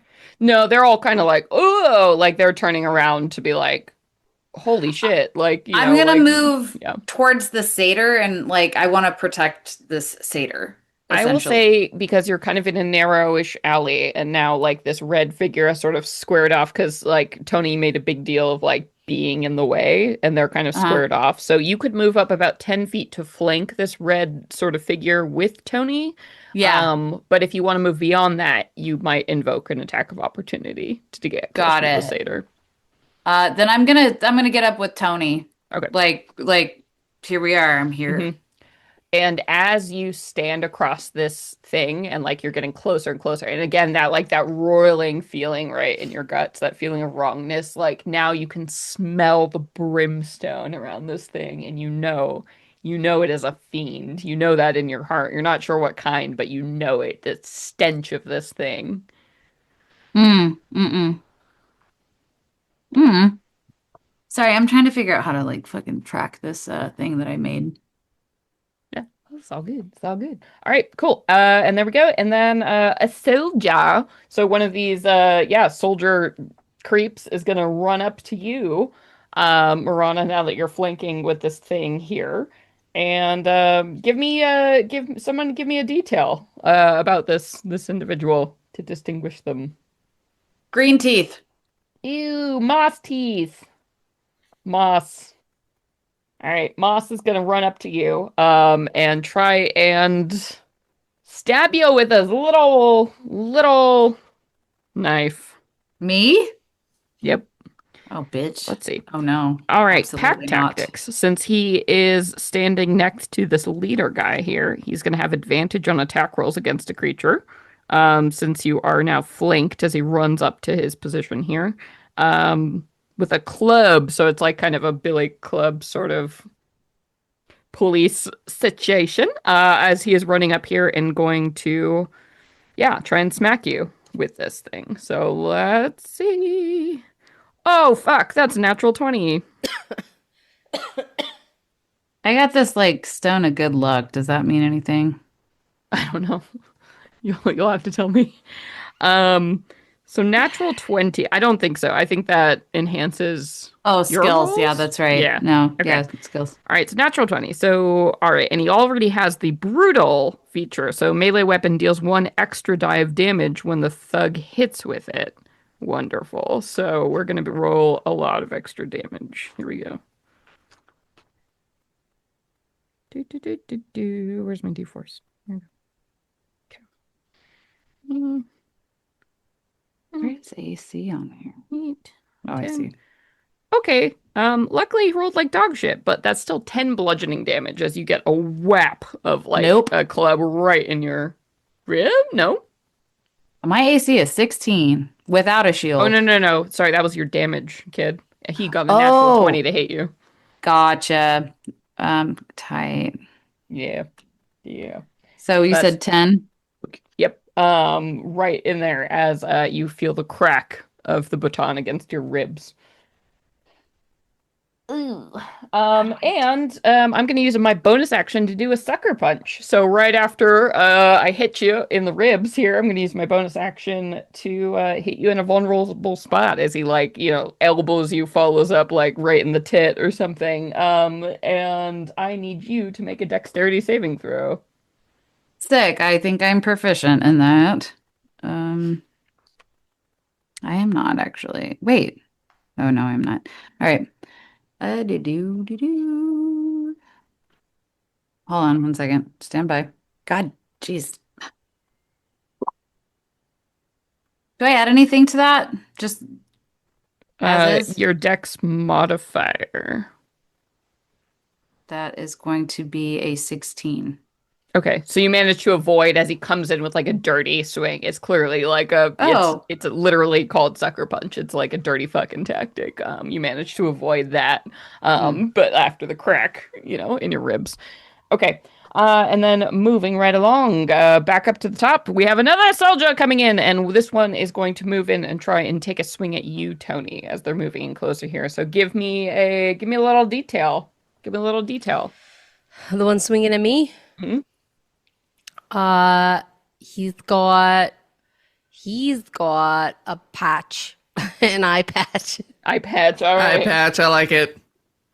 Jolly Roger. Classic Okay. thugs, Yep, Jolly Roger. Okay, so Roger's coming in here, and he is going to go ahead and swing at you also with his club. And, oh man, I am rolling real good. Sorry, kids. 21 to hit you. Ugh, come on. Come in. Oh boy, 6, so 8 bludgeoning damage as he cracks you. Yeah, cracks you right in the ribs here, and then is also going to do a sucker punch. So go ahead and give me a dex save. Oh.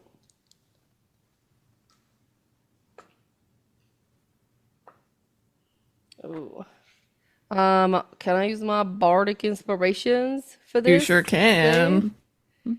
That's just adding a d10 to my roll, right? Yeah, and then you'll get a d10. Whatever you roll on the roll is how many temporary hit points you'll also get. Oh, sick. Nice.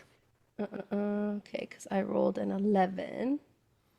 And where's my 10s? Jesus Christ. That was 1. Rolled 1. That's okay. D12 is exactly what you needed. So it was enough to avoid the damage. Nice. Hey, squeaked in there. So no damage, and you get 1 temporary hit point. Woo! Everything counts. Listen, man. All right. And then, Aoife, we come back to you with Tony on deck. All right, so leader guy and basically 2 goons right now. So there's a big clusterfuck with leader guy, Tony, and then Marana, and 1 soldier, and then 1 soldier. So we're basically like facing off each other in the alley. Aoife is going to slide by, and with those 3 that are facing off with Tony and Marana, she is going to pull her hands together, and the aura that is crackling around her coalesces into a lightning bolt that shoots from her hands. Holy shit! Yeah, this is some magic. Yes. So they have to make a DC 17 dex save. Oh boy, love this. Okay, so Soldier 1, so Jolly Roger gets a 13. And then Soldier 4, so Moss gets also a 16. Nope, sorry, 14. 13 and 14. What's your save? 17. Okay, and so they both fail terribly. Let's look at our boss, who is also 4. That was a good one. Dex was not any of their strengths. And I rolled absolutely fire. Wow. Give it to me, girl. That is 40 lightning damage. Holy shit. Okay, so how do you fry Jolly Roger and Moss? Just 100% dead, done. Like, how do you destroy them? Yeah, so as the lightning pulls in from her aura and pulls through her body and shoots out her fingertips, and it just arcs from each of them, and you see just like the anime like skeleton light up within this blast of lightning, and they drop to the ground, and their skin is just sizzling with the heat of that blast. Oh my god, incredible. Incredible. Yeah, they just fry, and just like crumple into dust around you. And as your lightning bolt hits this tall figure, it burns away like that same effect. It's so the white hot heat just like destroys, this robe like shitty thing, and you are left looking at this hulking, gelatinous, bright red thing with this like wide grin and something just beyond this world. I'm gonna hold up. Whoa, interesting. Okay. What a funky guy. Yeah. It's like a demonic salamander. Yeah. Yeah, so and their skin is like made out of jello. Like it's the texture, you can see through it. Like but it's this bright color. It's like rubbery, like a flubber. Makes me think of a fucking fetus. Yeah, it's not cool. I'm sorry. And it is Ew. large. It is large in size, so that means at least 8 feet tall. That thing needs to go back in the oven. Yeah. So you see it burns off its clothes and everything, and you're left like with the hulking figure there. But as your electricity hits it, you can see it like disperse. It's like its body moves, like the rubberiness of it, and seems to absorb it. And you don't think it did nearly as much as you would have liked it to. This thing has resistance to lightning damage. And with her bonus action, she'll continue her bardic performance, and it will give Tony another bardic inspiration die. Wait, did you include the advantage that you get? Because it was a save, it's different than an attack roll. All right, sorry. No, it's a good thing with spellcasters. It's a little bit weird, but basically your benefit is like handmade for Tony, and will be useful only sometimes for people like Aoife. Isn't it just an advantage on any attack roll? I did make an attack roll. Ah, got it. Because the spells, you either make an attack roll, a spell attack roll, or you force the creature to make a save. And got it. Those are the two kinds. Yeah. Okay. So this creature still took half damage, but it does not seem particularly phased. And now, if anything, as that too wide smile like crashes across its face, it's almost like, yes, finally, we don't have to play these games anymore. And it even laughs, and like as it does, so you can see the jiggle of its form as it does so. Anything else for you, darling Eva? That was a fucking hell of a turn. That's it for me. Damn. All right, Tony. Shit, this thing is in front of you. This is something from another goddamn world.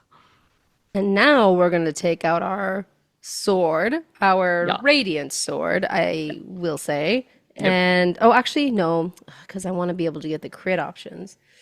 Oh, wait, no, the radiant sword is even wider crit option. Then yes. And that's also one of your weapons, for your mastery.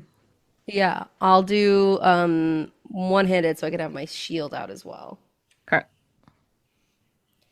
Roll with advantage. Roll with advantage on that first attack. Oh, and that was a natural 20 on that second roll. Let's go. You're fucking welcome. It's good to have advantage. Yes. And we're also going to use our deadly flourish this fucking time, which with a melee weapons basically means I get another attack as my bonus action. A free ass bonus attack. Yeah. So. Let's get Yes, it's synergy. Is it happening? Yes, it is. Da-da-da-da. Plus 6. Okay, so 11 damage plus my what'd you get? Oh, yeah. No, wait, hold on. I'll with your 4d6 radiant damage. I'll take that back. Hold on. I didn't roll my other dice for that one. The good news is your sword is magical. So yeah. That's going to be another. So we got 11, and then we're going to get another 13 damage. And then our radiant damage. 7. I'm not resistant to radiant damage. 14 radiant damage. Woo! 14 radiant damage. I don't. No, I don't. I don't love that. For me. And now we'll take our extra attack. This isn't even our bonus one yet. Mm-hmm. I'm And gonna be really mean to you. I was like holding back. I'm not gonna be. Now I get it. yeah. 14 to hit? 14 will not do. You bounce off of the rubbery flesh of this thing. It's almost like hitting a. You want to I'll spend use your my bardic? like hitting it bardic like a- inspiration. Yeah, yeah. Okay, bardic Oh, do you still have it? Yeah, I just they gave her me one. another Yeah. Okay. Okay, No problem. plus 3, so 17 to hit. Yes, that'll be just enough. You and your Yes. squeaking by. And I'll it will need to add make a that. Constitution saving throw, DC 17, or take thunder damage equal to the number that Tony rolled on her bardic inspiration die. Con is my shit. Yeah, con is my shit with a 21. Not dexterity. So no extra damage. All right. So now there's another 10 damage from my radiant sword, and then in the radiant damage they'll get 8 radiant damage. Okay. Holy shit, you just did like that was a disgusting amount of damage. Okay, yep, and you still got a bonus action attack. And now Yep. our bonus attack. Mhm. Please and thanks. You're not rolling with advantage on these, right? It was just on your No, first I'm one. not. Okay. I'm not. Yeah, of course. Oh, don't and even need actually- it at this level. No. You get temp HP equal to what you rolled plus 5, so you actually get 6 temp HP instead of 1. So it's slightly better, but yeah. I see. Okay, well, You'll let me need change it. that real quick. Over there. Okay. Because I'm on deck next. Big And then red. I got 19 to hit on that last. Yes, that will hit. It's a hit, bitch. Plus 11 more damage on the sword. Wow. And then 8 more radiant damage. It's extremely rude. Okay. All right. I had to make Wow. up for my lack of deadly flourish before. It's like over 100 damage. Are you fucking happy? I am. All right. Thanks so much for asking. So rude. Okay. Are you done? Incredible. Yeah, no, that was great. And Radiant is a fine choice against fiends. It is they're resistant to a lot of fucking damage, but resistant ain't one of them. Ain't one of them.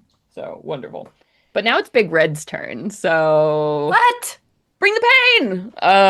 Yes. Oh, by the way, would either of you like Aoife or Marana? I feel like Aoife, if you reach out to your boo Poe, or Marana, you can just try and go for it. A check to see if you know what the fuck this weird ass thing is. Well, yeah, definitely. Yeah. 1000%. Go for it. I will accept for you, Marana. You could do either an Arcana or a religion.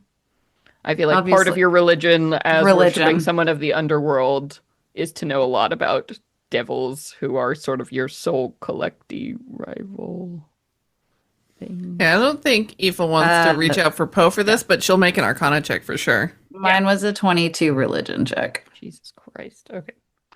Rolling good tonight. Well, not on my initiative. I rolled like shit on my initiative. Glad you did well because I got a 6. Yeah, you're like, Aoife, you're like, what the fuck? I don't know. That guy's weird. So, Marana, what is interesting to you as what occurs to this thing? Because you're like, some kind of devil. Vile. Demon. And then you're like, no, wait, actually, this thing is neither. This thing in front of you is not a demon or a devil.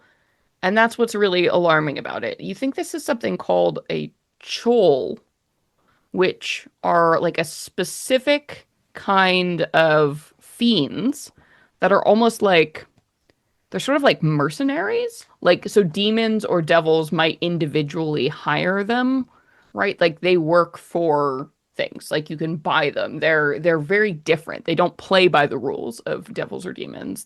Ooh. They're like That- mercenary creatures. It's I'm- really weird to see one here. You're like, so somebody is paying for them to. Well, that makes sense. Also, there's a part of me that wants to communicate that we should keep this thing somewhat alive to answer questions because It I want might, to for the right know. price, it might be willing to answer things or work for you instead. Yeah. I think whenever I like, okay, speaking's a free action, right? Sure. Depending. I'll cut you off if you go too long. I'm just gonna scream when I come online with this information. I'm gonna look at that creature that's grinning, the gelatinous fuckhead, and I'm gonna be like, "Oi, who the fuck bought you? You cunt!" All right. It does. You get the feeling that it understands you, but it's having a really good time, so it might not be listening to you. I think I speak that language, don't I? Oh, it speaks common. It heard you. It got you. Oh, I say this in Celestial. Oh, it doesn't understand you then. Oh, okay, never mind. I take that. I take it back. Common. Yeah. Common. And you do know, like, you don't know a lot about trolls, but you know there are a lot of different types. They're like sort of specialty things, and some of them are like bruiser, like beat 'em up guys, and some of them are like magic guys, and some of them are Hmm. like little sneaky guys. Yeah, this guy Feels seem pretty good too. This is probably the bruiser big dumb one. So That's why I said how I said it. Oi, who the yeah. fuck bought you, Yeah, who the cunt? fuck? You Yeah. cunt? Yeah. Let me just share. So troll redesign of some wizard IP, obviously, that we can't use until the Valiant. So I remade all the art briefs for these individuals. So they all have different things. And they have a weird feature that this one has the big ears, Love. little green one. This one This has one's the big doesn't mouth. have skin. Well, Oh, and a big. they're all gelatinous, but they're different colors. Oh, and This skin. one, the caster, has the big hands. Oh, that's cool. I like Mhm. this. And So the the big ultra has the mouth. big, yeah, yeah. They all have a different, like, oversized human feature and a different color to indicate sort of their role. Dig. Yeah. Um, I'm just like a proud designer moment because I made the art for these art briefs. Thank you, but actually, better artist than me brought it to life. Thank you. Blessings upon all artists everywhere. You rock. Okay. So, Big Red's turn. Big Red's turn. Now that you know this. So he sort of smiles, hearing you, but doesn't seem interested in parlaying at this moment. He's having a very good time about to murder Tony. So the first thing I'm going to do is this figure now that like fully like unveiled and like you can see the skin. Tony, something really weird happens where this thing just like looms in front of you. It's almost like a false trip sort of moment, and it's like it's throwing itself towards your sword that you like have out here. And in this horrifying instant, you realize it is actually throwing itself on your body, like on the sword, and you see its body like wrap around your blade as it's like slowly enveloping it in its skin. And there's a certain point here where you're like, oh my God, like you have to let go with your hand or be taken with it into the center of this thing. And I need you to make a strength save. If you're trying to hold on to the sword or if you're just letting this happen as it's trying to envelop your radiant sword into You're not gonna its touch my body. fucking radiant sword. You Oh, don't know what yeah. I went through to get this fucking Oh, thing. it's like, and you see it sinking into the skin, like it's, yeah, like being absorbed into its jello body. It's only an 11. Oh boy. So there's like this freaks you. There's nothing like you just see your sword like pulls like out of your hand as this thing, it stands back up and like cricks its neck and you can see your sword clear as day in the translucent body just like trapped inside of it as it has used its absorb weapon feature.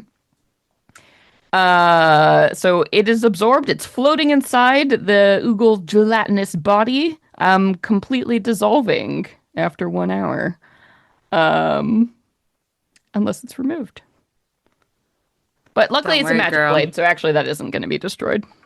So, but it will stay in there. Good. You can, while it is in there, you can attempt with an action to make a strength check to remove your weapon, but until you do so, It is absorbed in his body. And he laughs. He laughs at you. And as you do so, like this like acidic stench, like this poisonous smell, like comes out from like the big two wide teeth. It's just like a mouthful of molars, right? Like pearly white molars just laughing at you as this happens. That was just a bonus action, and it's gonna bring around its weird fleshy thing to slam down on you, kid. So here we If go. we kill it, do I get my sword back? You better hope so. Sounds like you can get your sword back with the right checks. A 19 to hit you. The same number hits, does it? Yes, if it meets, it beats. Damn, Okay, so a 19. I'll spend my reaction to distract this thing yet again and subtract a d10 from its attack roll. You fool! All right, roll. 1. So wait, that's enough though, because it meets, it beats. This is so stupid. Okay, okay, what is this?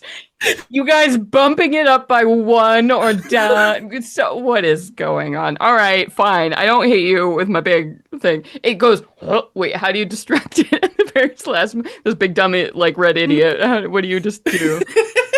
So she reaches out her hands, and in front of Tony there is just this like little magical floating like needle pin cushion that just goes and like disperses right in front of its face. Yeah.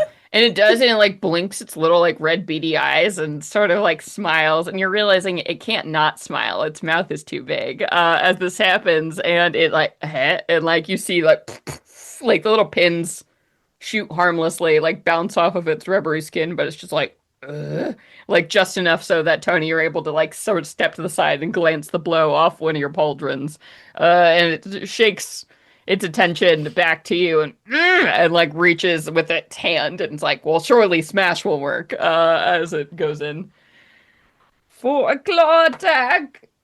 Oh yes, a 23. Oh yes. No little -1's going to help here, kids. Here we go. 9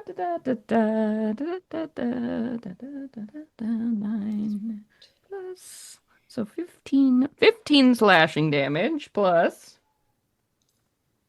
9, 11 acid damage, as once again it like just crushes your body and like its burning acid skin like reaches through and like pierces with those black nails into your skin. Wait, you said 23 plus 15 plus 11? Jesus. No. 15 plus 11. 23 to hit you.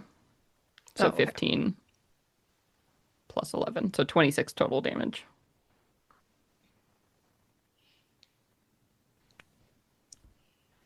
Yeah, how you feeling?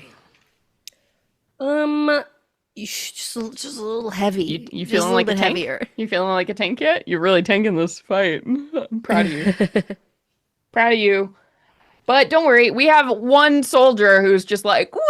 He's like watched all of his friends die around him, like in horrific ways, you know, being lightning, like mummy dusted, and you know, all around, and just gonna run at you, Marana, with everything he's got. Has advantage on the attack because of pack tactics. Is gonna try. Go for the gold. Ooh, so that'll be 20, dirty 20 to hit ya. What's your AC situation, Marana? Oh, what is it? I'm assuming I don't have a shield out. I don't know. I'm not used to having a shield. Do I have a shield? I don't think you described pulling out a shield, so I don't think you have a shield. I mean, you could have a shield because I think clerics can have shields. No, I'm proficient with it. I just don't remember. So without a shield, my AC is 16. Okay, all right, then this will hit you. And then oh wait, I have advantage. I might get no, okay, that's not higher. You mean advantage to hit? I did have advantage to hit. Do you get advantage on damage? No, I just re-rolled the attack to see if I got a natural 20 or not. Okay, that's the second time that has happened. Does somebody have a goddamn alarm set? somewhere? No. You're hearing your It is curse? Your in death this. I guess. I don't know. Sorry. Pardon me. I'm It's gonna. Hades Okay. screaming at you from the underworld. Jesus Christ. All right. So that's gonna be 8 bludgeoning damage as you get clubbed. You get whapped. He's like, All right. muffins! And I need you to make a dex save for me too. It's just this Eldrin is just babbling nonsense at you, like fucking tweaked out of his mind. Yeah, I bet he's tweaked. What did that fucker give you? Dex save is going to be. Oh, somehow I have a plus. Oh, because of my luck thing. So it's actually a plus 3. Oh, that sucks. 5, 6, 7. Okay. Luckily that's just an additional 4 bludgeoning damage. As he just punches you in the gut, like, but it's like right there in the ooh.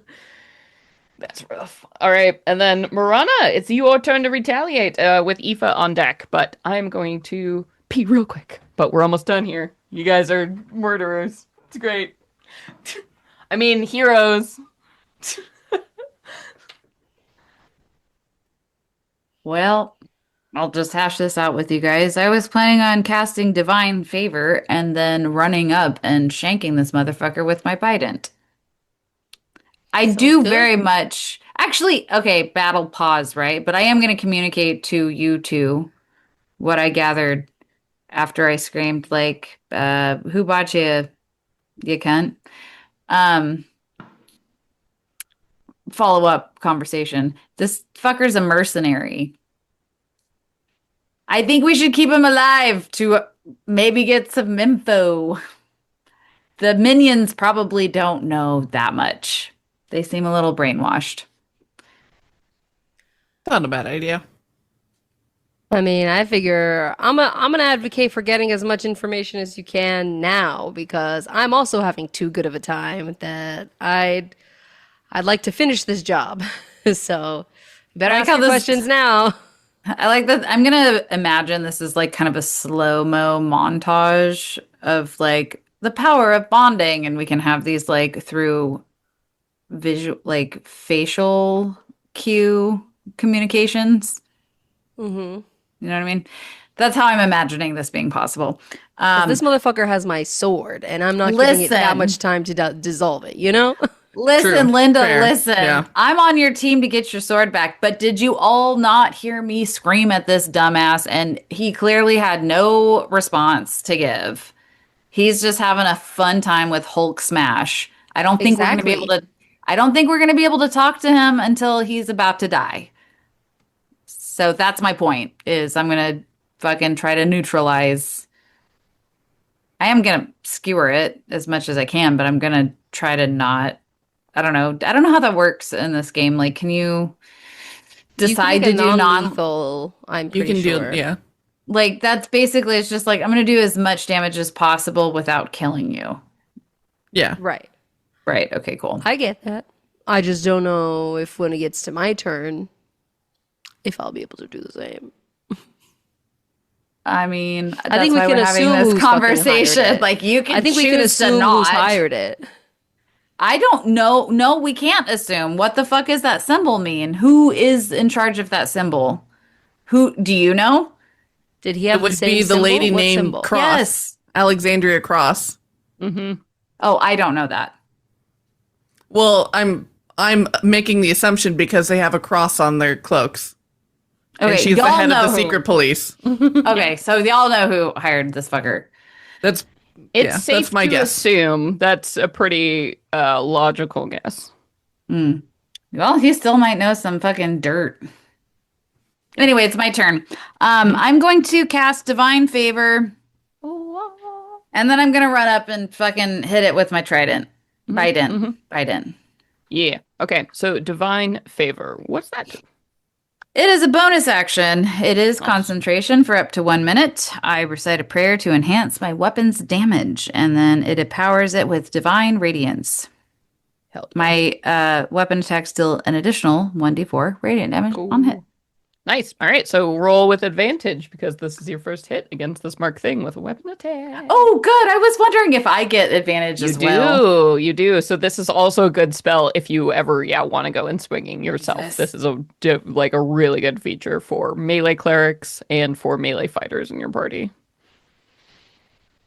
Cool. All right. So I gotta find. Okay. I guess like with a trident or bident, it's a one or two-handed attack. I'm gonna do with two. Yeah. Since you don't have a shield out, why not? Okay. I'm trying really hard to use alchemy. I did roll my dice, but this is sending me to rolling digital dice. I don't know how to fucking figure out I'm sorry, I'm very fucking annoyed with trying to. All right. All right, it's 1d8. All right, got it. So I rolled a 10 plus 5, that's 15 plus d4. Is that attack? Yeah. No, that's on damage. Sorry. Damage, yeah. Okay. Your weapon, just damage. Okay. So that's 15 plus, and then there's a +1 that is written in there for some reason. So is that because it's 16? A magic trident? Probably. I think I'd let you pick. I don't remember. That would make sense. I'm gonna be honest. I don't remember. It's probably got something written, but because of the format of this like PDF, it didn't show up. Okay. So 16 to hit. Yeah, I think 16 is what I get. Probably. I think it's more than reasonable. I probably would have given you a +1 magic weapon to start with at level, Yeah, I think that's probably what that is. So, yeah, 16 is exactly what you need to hit this full. Wait, did you roll twice? Because you might roll a natural 20 with your advantage. I did roll twice. Okay. I got a 9 and a 10, which was fucking silly. So attacks. So I get to add a d4, and that is going to be, with the divine favor. Yeah, d4. What is the fucking attack? Wait a second. Oh, it's a 1d8. Got it. Yeah. Well, hold on. Two-handed. Do I get a bonus with like the two-handed attack? It's in damage. Yeah. Well, no, I'm sorry. I haven't. I'm chaotic right now because I'm not used to using melee weapons, you guys. Yeah. No worries. So it's a D8 for a two-handed. Yes. 1d6 or 1d8. Yeah, yes. 1d6 if it's one-handed or 1d8 if it's two-handed. So you roll the d8, and then you'll also roll the d4, and then you'll also add if you have a strength modifier. So if you're I do. There you go. Because I got that belt of hill giant strength, which is +5. Hell yeah. All right, that's going to be 4 plus 4, 8. So 8 plus 5. 13. Nice. Yeah, so you spear this cat. Okay. Yeah, so that's a solid fucking hit as you go Radiant damage, by the way. Yeah. Is there a look like divine favor? Does it do anything to your bident, right? Like do we see anything? Oh yeah, it fucking gleams. I mean, literally what radiant sounds like. I'm gonna imagine gold. Yeah. Just shock of gold illuminates everything. Like you probably have a feature that lets you with your cleric. We can look at this later, but usually clerics can pick between doing radiant damage or additional necrotic damage. So I feel like there's a synergy we're missing out on. With your thing, but I'll look into that later in your build. But we should talk about that. But I'm just going by the rule, what I'm reading in the book. Divine favor gives me radiant damage. Hell yeah! All right, you stab into this thing and you take a solid chunk of jello out of it, and you actually hear a clang as you make content with Tony's sword, like in the center of its body, right? You hit it with your bident. Can I give a little You can try, but there's like some weird mystic shit where the jello moves around it, but you're like, there it is. Out. Speaking's a free action, right? Yeah. I'm gonna follow up with that attack and be like, listen, bitch, I know you're bought. So stop being a little paid for baby bitch and let us know, and maybe we can fucking find a new agreement. I say that through my teeth. Do you, by any chance, speak Infernal or Abyssal? See, let me check on alchemy because that's the most updated. Mm-hmm. I know that my character sheet that I've been trying to use. I think we had a few languages we still needed to pick for you. There was one that I didn't pick because I was like, I don't know. And then I touched base with you and you're like, yeah, you can. And I'm like, okay. And I don't think I ever updated it. I would nominate for you that you do speak Infernal right now. I think having you speak Celestial and Infernal makes a lot of sense as a cleric of the underworld. Fucking take it. Okay. So I say that in Infernal. Yeah. I mean, we'll use this as me remembering. Yeah. The thing is about mercenaries, they speak a lot of different languages because they need to make contracts. So it understands a lot, but it says some filthy shit back to you in Infernal that you're like, oh God, like one, you're like, oh, that's really vile. I don't want to translate all of that. But basically it boils down to something like, I'm going to rip your head off of your body and do disgusting things to your skull. Yeah, that makes sense. Is like is the response and like the laughing guttural. I'm learning. I think Morana's learning that she maybe something about her previous life, and she's like, at least you're leaving my neck alone, you fucking disgusting twat. You're gangrenous. Go get some antibiotics. That's what I say back in Infernal. It laughs that it thinks that's funny, though you don't think it understands most of the words you said. So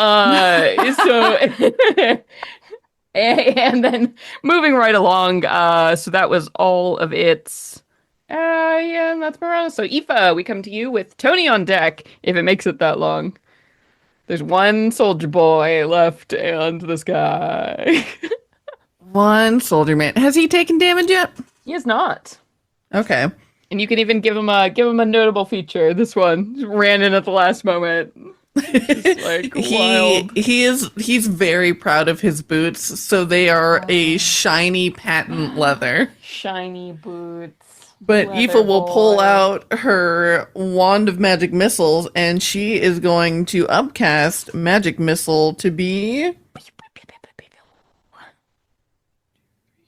Let's do 4th level, so she's going to get 6 beams that she's going to point at all of them at this guy right in front of her. All right, red hot, big red, or the guy. Indeed, the soldier.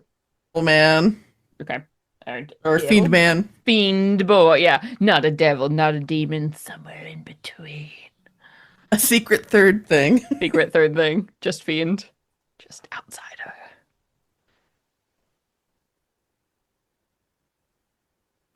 I have no special shit against force, so I'm just eating this damage.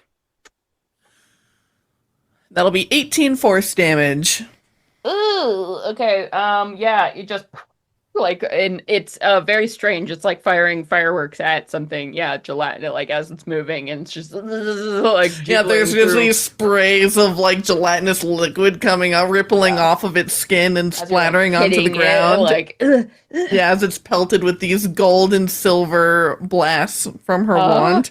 And at the end of it, like, you can see, like, big chunks of this thing are gone now. Clearly, it doesn't bleed. It doesn't seem to have any internal organs, but you can see, you know, the jello substance, like, sloughing off of its body. But yet, it still holds fast as, you know, just, like, the mad grin, like, clinging to this gigantic hammer.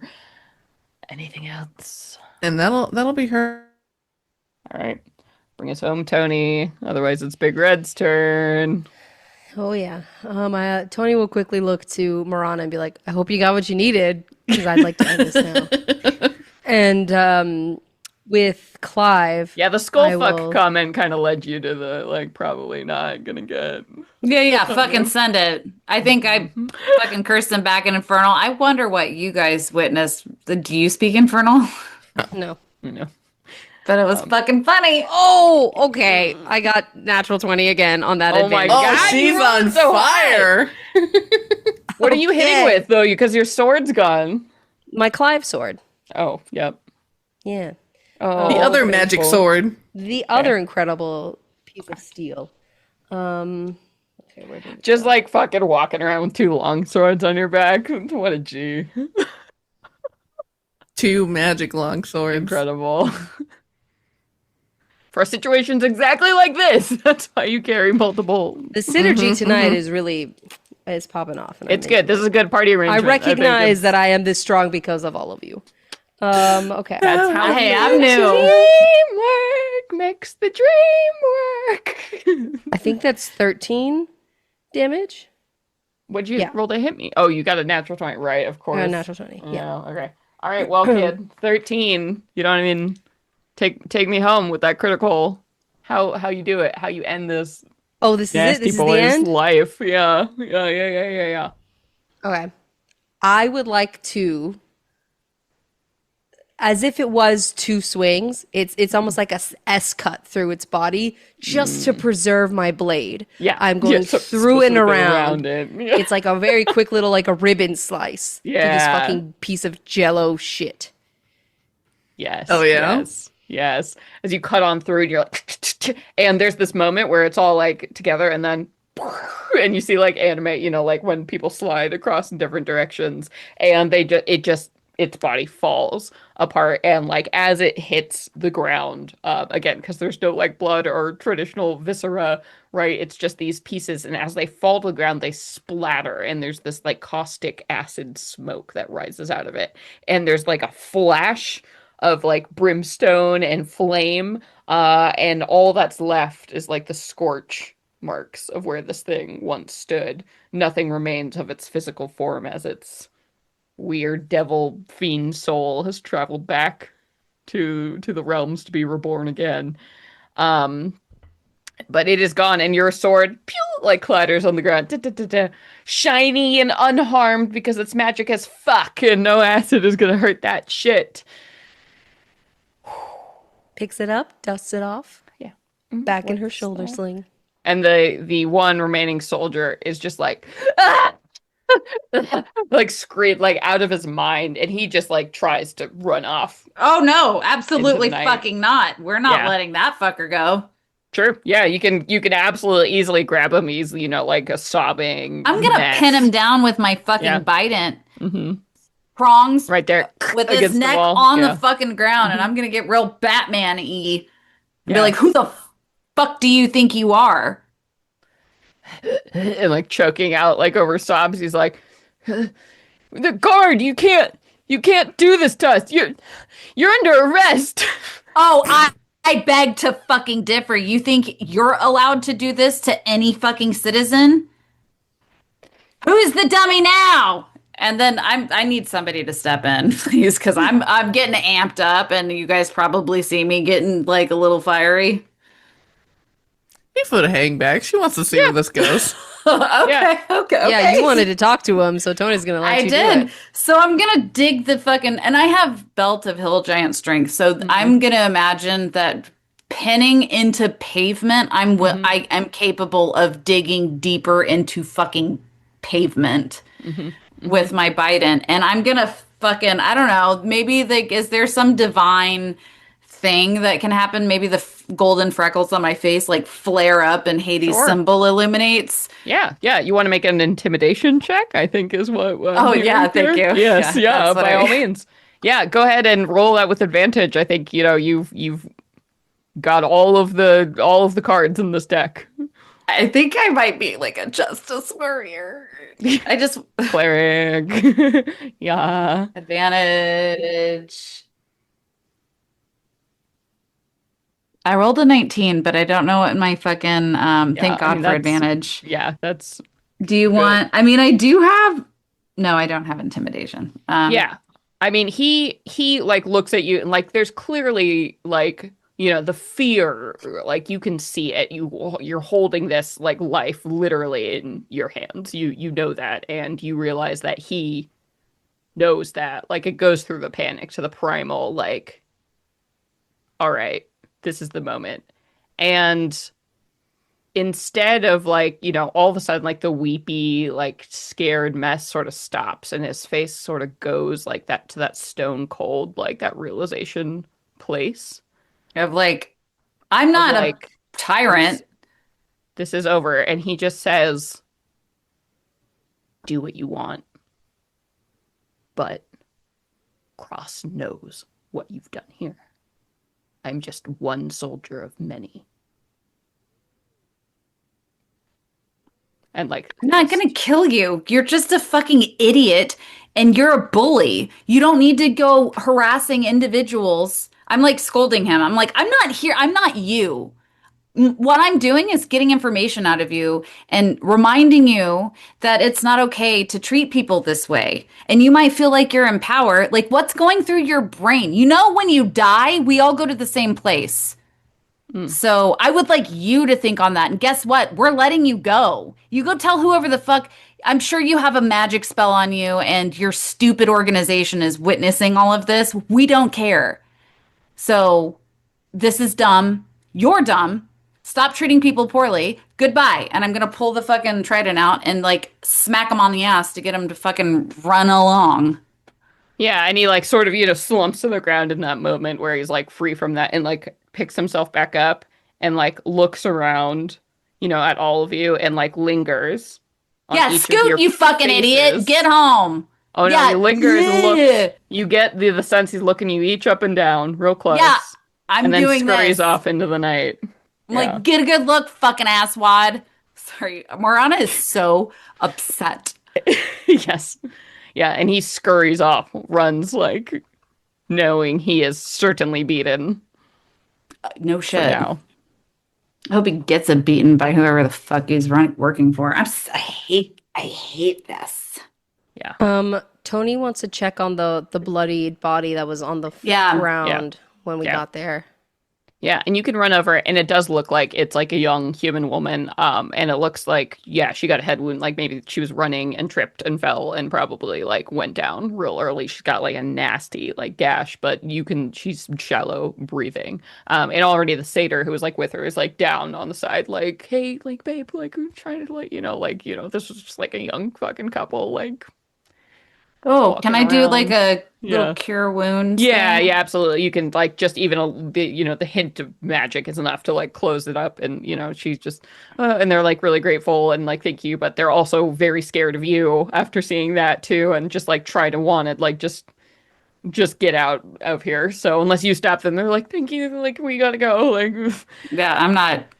I think I'm still pumped full of adrenaline and Yeah. frustration and Like, confusion. you were very scary What? looking too. I think at that moment, all of you, but still not for normal people. It's been a long night for them. Are you Yeah. guys gonna get home safe? You don't have long to go. Yeah, we're just right around the corner. I think they'll be. Okay. I think the things that were causing a problem have scattered and are dead. Yeah. So they go off into the night, and you're left again with the dark and the mist, and the feeling that you might have just poked something Poked a real big something bear. bigger than you. Oh, look, I've already died. I'm willing to fucking die again. Come at me, bitch. Fuck this shit. Morana's like, what the fuck? Absolutely not. I have no. Yeah. I am here on a. Got You know the what? god of death on my side. I've got fuck you guys and your stupid factions. Like you think you're powerful? That's how I feel. That's how Marana feels. It's like, yeah, get a good look at this fucking mug. You're gonna see it again. Yeah. And you probably will. But for now, at least, the streets are clear and you are free to go off and make your plans for whatever comes next for this big meeting. But yeah, I think they're like leaving Faelyn sort of that, blood of your enemies behind you with the knowledge that now, all right, so it seems Alexandria Cross, the sanctioned military leader of this place is officially employing mercenary fiends. If you What a ever needed cunt. any more proof of what the fuck was going on here, you certainly have it. Melwin is playing every card at her disposal and probably lends a bit more weight to what you have to do, maybe working with other Diabolists who might have a clue of how to stop this, or at least how to control what's happening here, because it could get very, very bad. But with that, we're going to end here for tonight. Ugh, God damn it. So that's it. Oh no, the plot thickens every time. That's it. Thank you guys. Thank you all so much for joining us for episode 64 of Venture Maidens. It was a delight, as always, to have you. And we'll see what nonsense Aoife gets into next time with all of this.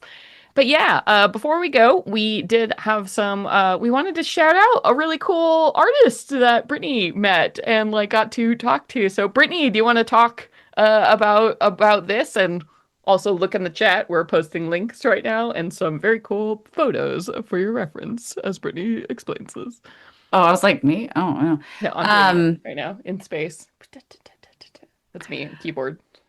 I did have a very absolutely lovely experience. I went to Eau Claire, Wisconsin, and did a really fun little convention there for my buddy Shannon. And in that process, I met a wonderful individual who hand makes dice, like hand makes to multiple layers. I didn't even know what went into hand making dice and tattooing.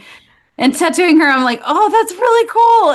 It was a really fun and wonderful experience. Anyway, Dark Desire dice. It's dark, period in between. So dark period desire period dice on Instagram. She also has an Etsy store, and makes some incredible, awesome, like the painstaking handmade. You all know, as a tattooer, I have a huge love and respect for craftsmanship, dare I say, an obsession for craftsmanship. And chef's kiss, she gifted me a beautiful pair of dice that had painstakingly hand placed tattoo decals and then hand painted like little, we call it biker dust, or was there, in tattoo world, if you see those like dots and stars as filler, that's what she like hand painted that and then hand painted the numbers in it. And I'm really sad to say I left them at the shop because I brought them to work to what's the word? To brag about boast, how cool they are. to brag. Yeah. I brought my dice to Look work at these treasures. to brag to my coworkers about it. And unfortunately, I left them at work, which I'm really fucking sad because I wanted to use those during tonight's game. Anyway, I will be bringing them so that I can show them to everyone, the specific ones that she made for me, which was a huge gift. I got a little misty-eyed. But anyway, please go check out her stuff. If you like supporting like local artists, an individual who uses their own hands to make things and then sell them to you, please do that. And yeah, she's on Instagram and on Etsy, so please check out the links right here also, in chat or in the podcast show notes. We'll also include a link so you can go and check out her biz. They're beautiful. Also, she's an amazing person. I had such a good time talking to, like, when you get that, like, oh, I'm so lucky to fucking do lovely. This. Thank you. She was super, super, super rad. So please, even just give her likes and stuff, like do that. Yes. We all love get some dice porn on your feed, man. Like, we all love it. We all love it. The good shiny rocks. Truly. Math rocks.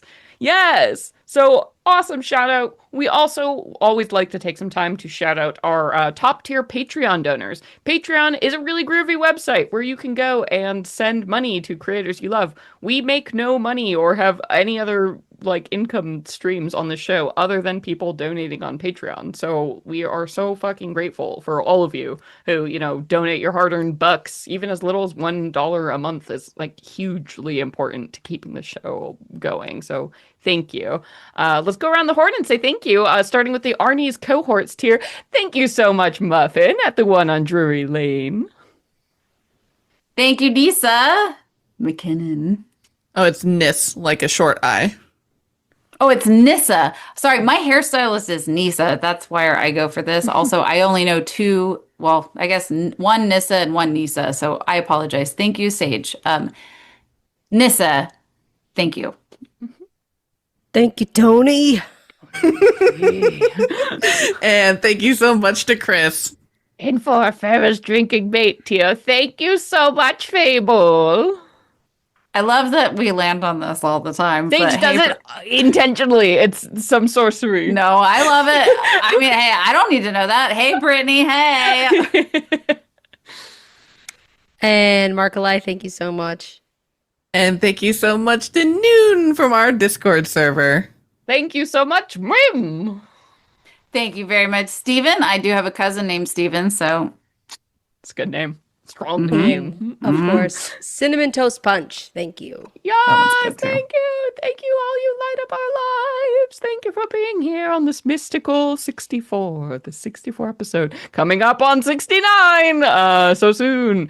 But yeah, until then, until episode 69, I have been your game master, Celeste Konowich.